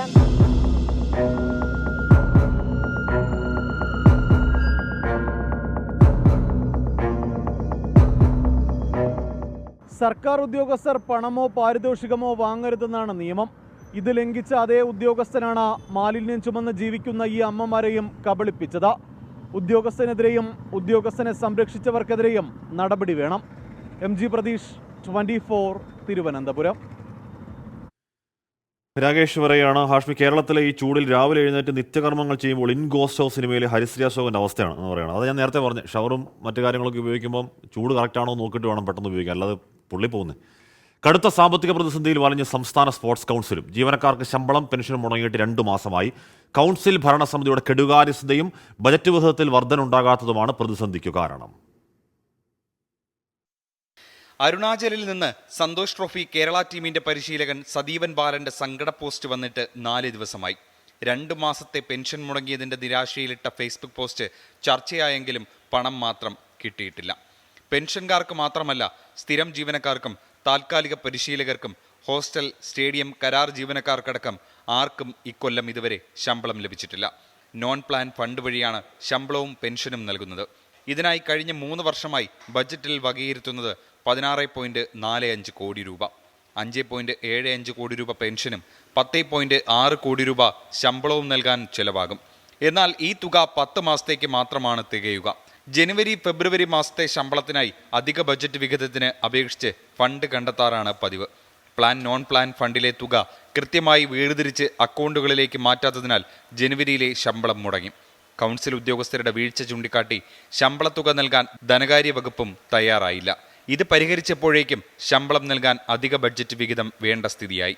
ഇതിനായി ധനവകുപ്പിന് കത്തു നൽകിയെങ്കിലും സർക്കാരിൻ്റെ സാമ്പത്തിക പ്രതിസന്ധി തടസ്സമായി. ഇതോടെ ഫെബ്രുവരിയിലെ ശമ്പളവും മുടങ്ങി. ഒരു പ്രത്യേക സാഹചര്യത്തിൽ നമുക്കറിയാലോ സാഹചര്യം എങ്ങനെയാണ് എന്നുള്ളതൊന്നും ഞാൻ വിശദീകരിക്കേണ്ട കാര്യമില്ലല്ലോ. സംസ്ഥാന ഗവൺമെൻറ് വെയിറ്റ് ചെയ്തുകൊണ്ടിരിക്കുകയാണ്. ഇതിപ്പോൾ സുപ്രീം കോടതി വിധി വന്നിട്ടുണ്ട്. അതിൻ്റെ അടിസ്ഥാനത്തിൽ ഈ പ്രശ്നങ്ങൾക്ക് പരിഹാരം കാണും എന്ന് തന്നെയാണ് ഞങ്ങളൊക്കെ പ്രതീക്ഷിക്കുന്നത്. കഴിഞ്ഞ 3 വർഷമായിട്ട് ഒരേ എമൗണ്ടാണ് തരുന്നത്. ആ എമൗണ്ട് സാധാരണഗതിയിൽ 10 മാസത്തെ ശമ്പളം അല്ലെങ്കിൽ 10 മാസത്തെ പെൻഷനും മാത്രമേ തികയുന്നുള്ളൂ. സ്വാഭാവികമായിട്ടും 2 മാസത്തെ ഷോർട്ടേജ് അവിടെ വരുന്നുണ്ട്. കഴിഞ്ഞ ഭരണസമിതിയുടെ കാലത്തും സമാന പ്രശ്നമുണ്ടായിരുന്നു. പലപ്പോഴും ശമ്പളം കിട്ടുന്നത് ആഴ്ചകൾ വൈകി. കായിക വകുപ്പ് മന്ത്രിയുടെ ഇടപെടലിൽ പ്രശ്നം പരിഹരിച്ചെങ്കിലും വീണ്ടും പ്രതിസന്ധിയിലാവുകയായിരുന്നു. ഇനി ശമ്പളവും പെൻഷനും കൊടുത്തു തീർക്കണമെങ്കിൽ ധനവകുപ്പ് കനിയണം. തിരുവനന്തപുരത്തു നിന്നും അജീഷ് ജയകുമാർ, 24. എത്രയും പെട്ടെന്ന് കനിയട്ടെ. നേരത്തെ NHM സ്റ്റാഫുകൾക്ക് ശമ്പളം കിട്ടുന്നില്ല, ജീവിക്കാൻ വയ്യാത്ത ഗതികെട്ട അവസ്ഥയാണെന്ന് 2-3 വനിതാ പ്രേക്ഷകർ നമ്മുടെ കമന്റ് ബോക്സിൽ പറയുന്നുണ്ടായിരുന്നു. പരിഹരിക്കട്ടെ, എല്ലാവരുടെയും പ്രശ്നങ്ങൾ തീരട്ടെ. പത്മജ വേണുഗോപാൽ അംഗത്വം നൽകിയാൽ BJPക്ക് അംഗത്വ ഫീസ് ലഭിക്കുമെന്നല്ലാതെ മറ്റൊരു പ്രയോജനം ഉണ്ടാവില്ലെന്ന് പറയുകയാണ് SNDP യോഗം ജനറൽ സെക്രട്ടറി വെള്ളാപ്പള്ളി നടേശൻ. പത്മജ കാണിച്ചത് പാരമ്പര്യ സ്വഭാവമാണ്. പത്മജിയുമായുള്ള ബന്ധം ഉപേക്ഷിക്കുമെന്ന് K മുരളീധരൻ പറഞ്ഞത് കടന്ന കൈയായി പോയെന്നും വെള്ളാപ്പള്ളി പറയുന്നു. ബന്ധം ഉപേക്ഷിക്കുക എന്ന് പറഞ്ഞാൽ അതൊക്കെ കുറെ കടന്നുപോയി. പക്ഷേ അതിനെപ്പറ്റി അഭിപ്രായം പറയാൻ നമുക്ക് അവകാശമില്ല. കാരണം അവരുടെ കുടുംബകാര്യാണ്, അവർ സഹോദരനാണ്. ഇപ്പോൾ പത്മജ പോയെന്നുള്ള കാരണം ഇവിടെ പരിഗണനയും പരിരക്ഷയും വേണ്ടത്ര സ്ത്രീകൾക്ക് കോൺഗ്രസ്സിന് കിട്ടുന്നില്ല, അവർക്ക് കിട്ടുന്നില്ല. അവർ നിന്നപ്പോൾ തോറ്റപ്പോൾ അതിൻ്റെ കാരണത്തെപ്പറ്റി അന്വേഷിച്ച് ഇതിന് പരിഹാരം ഉണ്ടാക്കിയില്ല എന്നൊക്കെയുള്ള ആക്ഷേപമല്ല പറയുന്നത്. പത്മജയ്ക്ക് കോൺഗ്രസ്സിൽ ഒരുപാട് പരിരക്ഷ കിട്ടിയിട്ടുണ്ട്. MLA ആക്കി നിർത്തിയിട്ടുണ്ട്, MP ആക്കി നിർത്തിയിട്ടുണ്ട്. പിന്നെ അച്ഛനുണ്ടായിരുന്ന തൊട്ട് അച്ഛൻ മരിക്കുന്നവരെ എല്ലാ സുഖ സൗകര്യങ്ങളും എല്ലാ ഗുണങ്ങളും എല്ലാ അർത്ഥത്തിലും അനുഭവിച്ചവരാണ് പത്മജ. എന്ന് പറഞ്ഞാൽ 2-3 തവണ മത്സരിക്കാൻ അവസരം കൊടുത്തതിനെക്കുറിച്ച് KPCC ഭാരവാഹിത്വത്തെക്കുറിച്ചൊക്കെ ഒരിക്കൽ കൂടി പറയുകയാണ് വെള്ളാപ്പള്ളി നടേശൻ. അതൊക്കെ ശരിയുമാണ്. രാഷ്ട്രീയ പ്രതികരണങ്ങൾ, ചർച്ചകൾ തുടരട്ടെ. വെൽക്കം ബാക്ക് പ്രിയപ്പെട്ട പ്രേക്ഷകരെ. സമയം 2:24:46 കൽക്കത്ത ഹൈക്കോടതി മുൻ ജഡ്ജി അഭിജിത് ഗാംഗുലി BJPയിൽ ചേർന്നു. സാൾട്ട് ലേക്കിൽ BJP സംസ്ഥാന ആസ്ഥാനത്ത് വെച്ചാണ് അംഗത്വം സ്വീകരിച്ചത്. പാർട്ടിയുടെ പടയാളിയായി പ്രവർത്തിക്കുമെന്ന് അഭിജിത് ഗാംഗുലി പ്രതികരിച്ചു. ബൽറാം നെടുങ്ങാടി, ബൽറാം, ഒരു സിറ്റിംഗ് ജഡ്ജി രാജിവെച്ച രാഷ്ട്രീയ പ്രസ്ഥാനത്തിൽ ചേരുന്നത് മുൻപ് കേട്ടുകേഴ്വി ഇല്ലാത്തതാണെന്ന് തോന്നുന്നു. എന്തായിരുന്നു അഭിജിത് ഗാംഗുലിയുടെ പ്രതികരണം? അപൂർവമായ ഒരു രാഷ്ട്രീയ പ്രവേശനമാണ് അഭിജിത് ഗാംഗുലിയുടെ ഭാഗത്തു നിന്നും ഉണ്ടായത്. സിറ്റിംഗ് ജഡ്ജി ആയിരിക്കെയാണ് അദ്ദേഹം താൻ പദവി രാജിവെച്ച് രാഷ്ട്രീയ പ്രവേശനം നടത്തുന്നു എന്ന് പ്രഖ്യാപിച്ചതിനനുസരിച്ച് തന്നെ കഴിഞ്ഞ ചൊവ്വാഴ്ച അദ്ദേഹം രാജി സമർപ്പിച്ചു. തുടർന്ന് BJPയിലേക്ക് താൻ പ്രവേശിക്കുമെന്ന് പ്രഖ്യാപിച്ചിരുന്നു. ഇതിന്റെ തുടർച്ചയായാണ് ഇന്ന് സാൾട്ട് ലേക്കിലെ BJP ആസ്ഥാനത്ത് വെച്ച് അദ്ദേഹം BJP സംസ്ഥാന അധ്യക്ഷൻ സുഗന്ധ മജുംദാറിൽ നിന്നും അംഗത്വം സ്വീകരിച്ചത്. അംഗത്വം സ്വീകരിച്ചതിന് ശേഷം താൻ BJPയുടെ പടയാളിയായി പ്രവർത്തിക്കും എന്നാണ് അദ്ദേഹം വ്യക്തമാക്കിയിരിക്കുന്നത്. അഴിമതി നിറഞ്ഞ തൃണമൂൽ ഭരണത്തെ സംസ്ഥാനത്ത് നിന്നും തുടച്ചു നീക്കുകയാണ് തന്റെ ലക്ഷ്യം എന്നും അദ്ദേഹം വ്യക്തമാക്കിയിട്ടുണ്ട്. തൃണമൂൽ കോൺഗ്രസിന്റെ അഴിമതിയെ അവസാനിപ്പിക്കാനും അവരെ അഴിക്കുള്ളിലാക്കാനും BJPക്ക് കഴിയൂ എന്നും അതുകൊണ്ടാണ് താൻ BJP രാഷ്ട്രീയത്തിലേക്ക് എത്തിയത് എന്നും അദ്ദേഹം കഴിഞ്ഞ ദിവസം വ്യക്തമാക്കിയിരുന്നു. അദ്ദേഹം ത്തിന്റെ സ്ഥാനാർത്ഥിത്വം അടക്കമുള്ള കാര്യങ്ങളിൽ വരും ദിവസങ്ങളിൽ തീരുമാനമുണ്ടാകും. നിലവിൽ തംലൂക്കിൽ അദ്ദേഹത്തെ സ്ഥാനാർത്ഥിയാക്കാനാണ് BJP ആലോചിക്കുന്നതെന്നാണ് സൂചന. 2ാം ഘട്ട സ്ഥാനാർത്ഥി പട്ടികയിൽ അദ്ദേഹത്തിന്റെ പേര് ഉണ്ടാകുമെന്ന് തന്നെയാണ് ലഭ്യമാകുന്ന വിവരം. തൃണമൂൽ കോൺഗ്രസിന്റെ ശക്തി കേന്ദ്രമായ തംലൂക്കിൽ തൃണമൂലിനെതിരെ നിരന്തരമായ വിധികൾ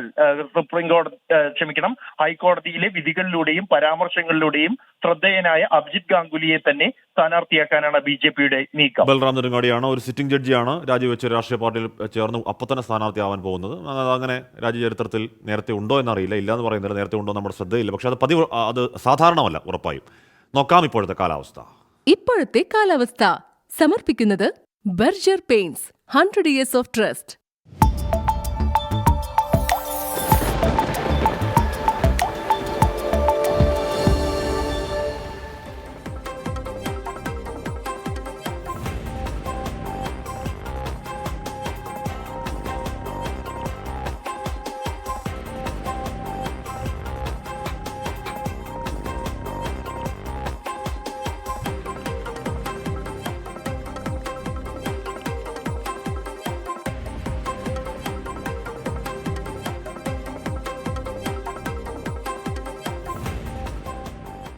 പുതുമയാർന്ന കണ്ടെത്തലുകളിലൂടെ കലവറയായി പാലക്കാട് IIT ടെക് ഫെസ്റ്റ്. നിത്യജീവിതത്തിൽ പ്രയോജനപ്രദമാകുന്ന നൂതനാശയങ്ങളുമായാണ് വിദ്യാർത്ഥികൾ അത്ഭുതപ്പെടുത്തിയത്.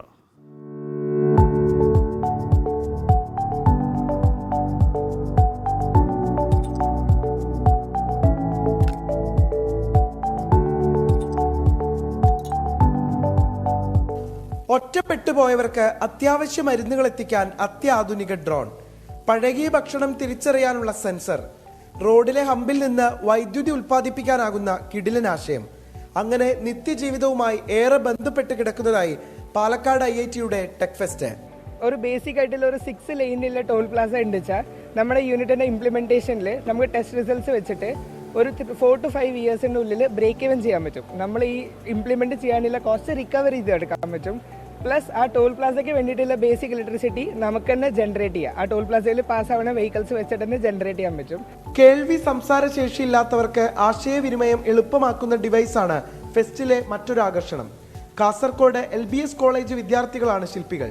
നമ്മളൊരു കാര്യം ഇംഗ്ലീഷിലോ മലയാളത്തിലോ പറഞ്ഞാൽ അതിനെ തിരിച്ച് ഒരു സൈൻ ലാംഗ്വേജ് അവർക്ക് മനസ്സിലാകുന്ന ഒരു ആംഗ്യ ഭാഷയിലേക്ക് മാറ്റുകയും അവർ പറയുന്ന ആംഗ്യഭാഷ തിരിച്ച് നമുക്ക് മനസ്സിലാവുന്ന ഇംഗ്ലീഷിലേക്കോ മറ്റ് ഭാഷകളിലേക്കോ മാറ്റാൻ ഉപയോഗിക്കുന്ന ഒരു ഡിവൈസാണിത്. സംഘാടകരുടെ പ്രതീക്ഷകൾക്കും അപ്പുറത്തായി പലപ്പോഴും വിദ്യാർത്ഥികളുടെ പ്രകടനങ്ങൾ. കുട്ടികളുടെ ഇന്നോവേഷൻസ് നല്ല രീതിയിൽ മാറിക്കൊണ്ടിരിക്കുകയാണ്. പലരും പല രീതിയിലുള്ള പ്രോബ്ലംസിന് സൊല്യൂഷൻസ്, ഇന്നോവേറ്റീവ് ആയിട്ടുള്ള സൊല്യൂഷൻസ് തന്നെയാണ് കണ്ടെത്തിയിരിക്കുന്നത്. വളരെ യൂസ്ഫുൾ ആയിരിക്കും. സൊസൈറ്റിയിൽ ബെനിഫിറ്റ് കിട്ടുന്ന രീതിയിലുള്ള പ്രോഡക്ട്സ് ഉണ്ട്.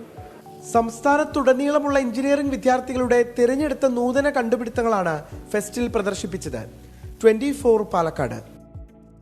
ദമാം മലപ്പുറം ക്രിക്കറ്റ് കൂട്ടായ്മ നടത്തുന്ന Malappuram premier league cricket tournament 5ാം season ഇന്ന് തുടക്കമാകും. മലപ്പുറം ജില്ലയിലെ വിവിധ പ്രദേശങ്ങളെ പ്രതിനിധീകരിച്ച് 10ഓളം ടീമുകൾ പങ്കെടുക്കും.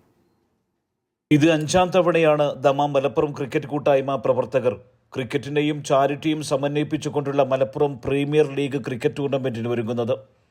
ഇന്നും നാളെയുമായി ഗൂഗ ഫ്ലഡ്ലൈറ്റ് സ്റ്റേഡിയത്തിലും ദമാം EBCA ഗ്രൗണ്ടിലുമായി നടക്കുന്ന ക്രിക്കറ്റ് ടൂർണമെന്റിൽ മലപ്പുറം ജില്ലക്കാരായി 200ഓളം താരങ്ങൾ മാറ്റുരയ്ക്കും. മലപ്പുറം ജില്ലയിലെ വിവിധ പ്രദേശങ്ങളെ ഉൾക്കൊള്ളിച്ചുകൊണ്ടുള്ള 10 ഫ്രാഞ്ചൈസി ടീമുകളാണ് കിരീടം നേടാനായി കളിക്കളത്തിലിറങ്ങുമെന്ന് ഭാരവാഹികൾ പറഞ്ഞു.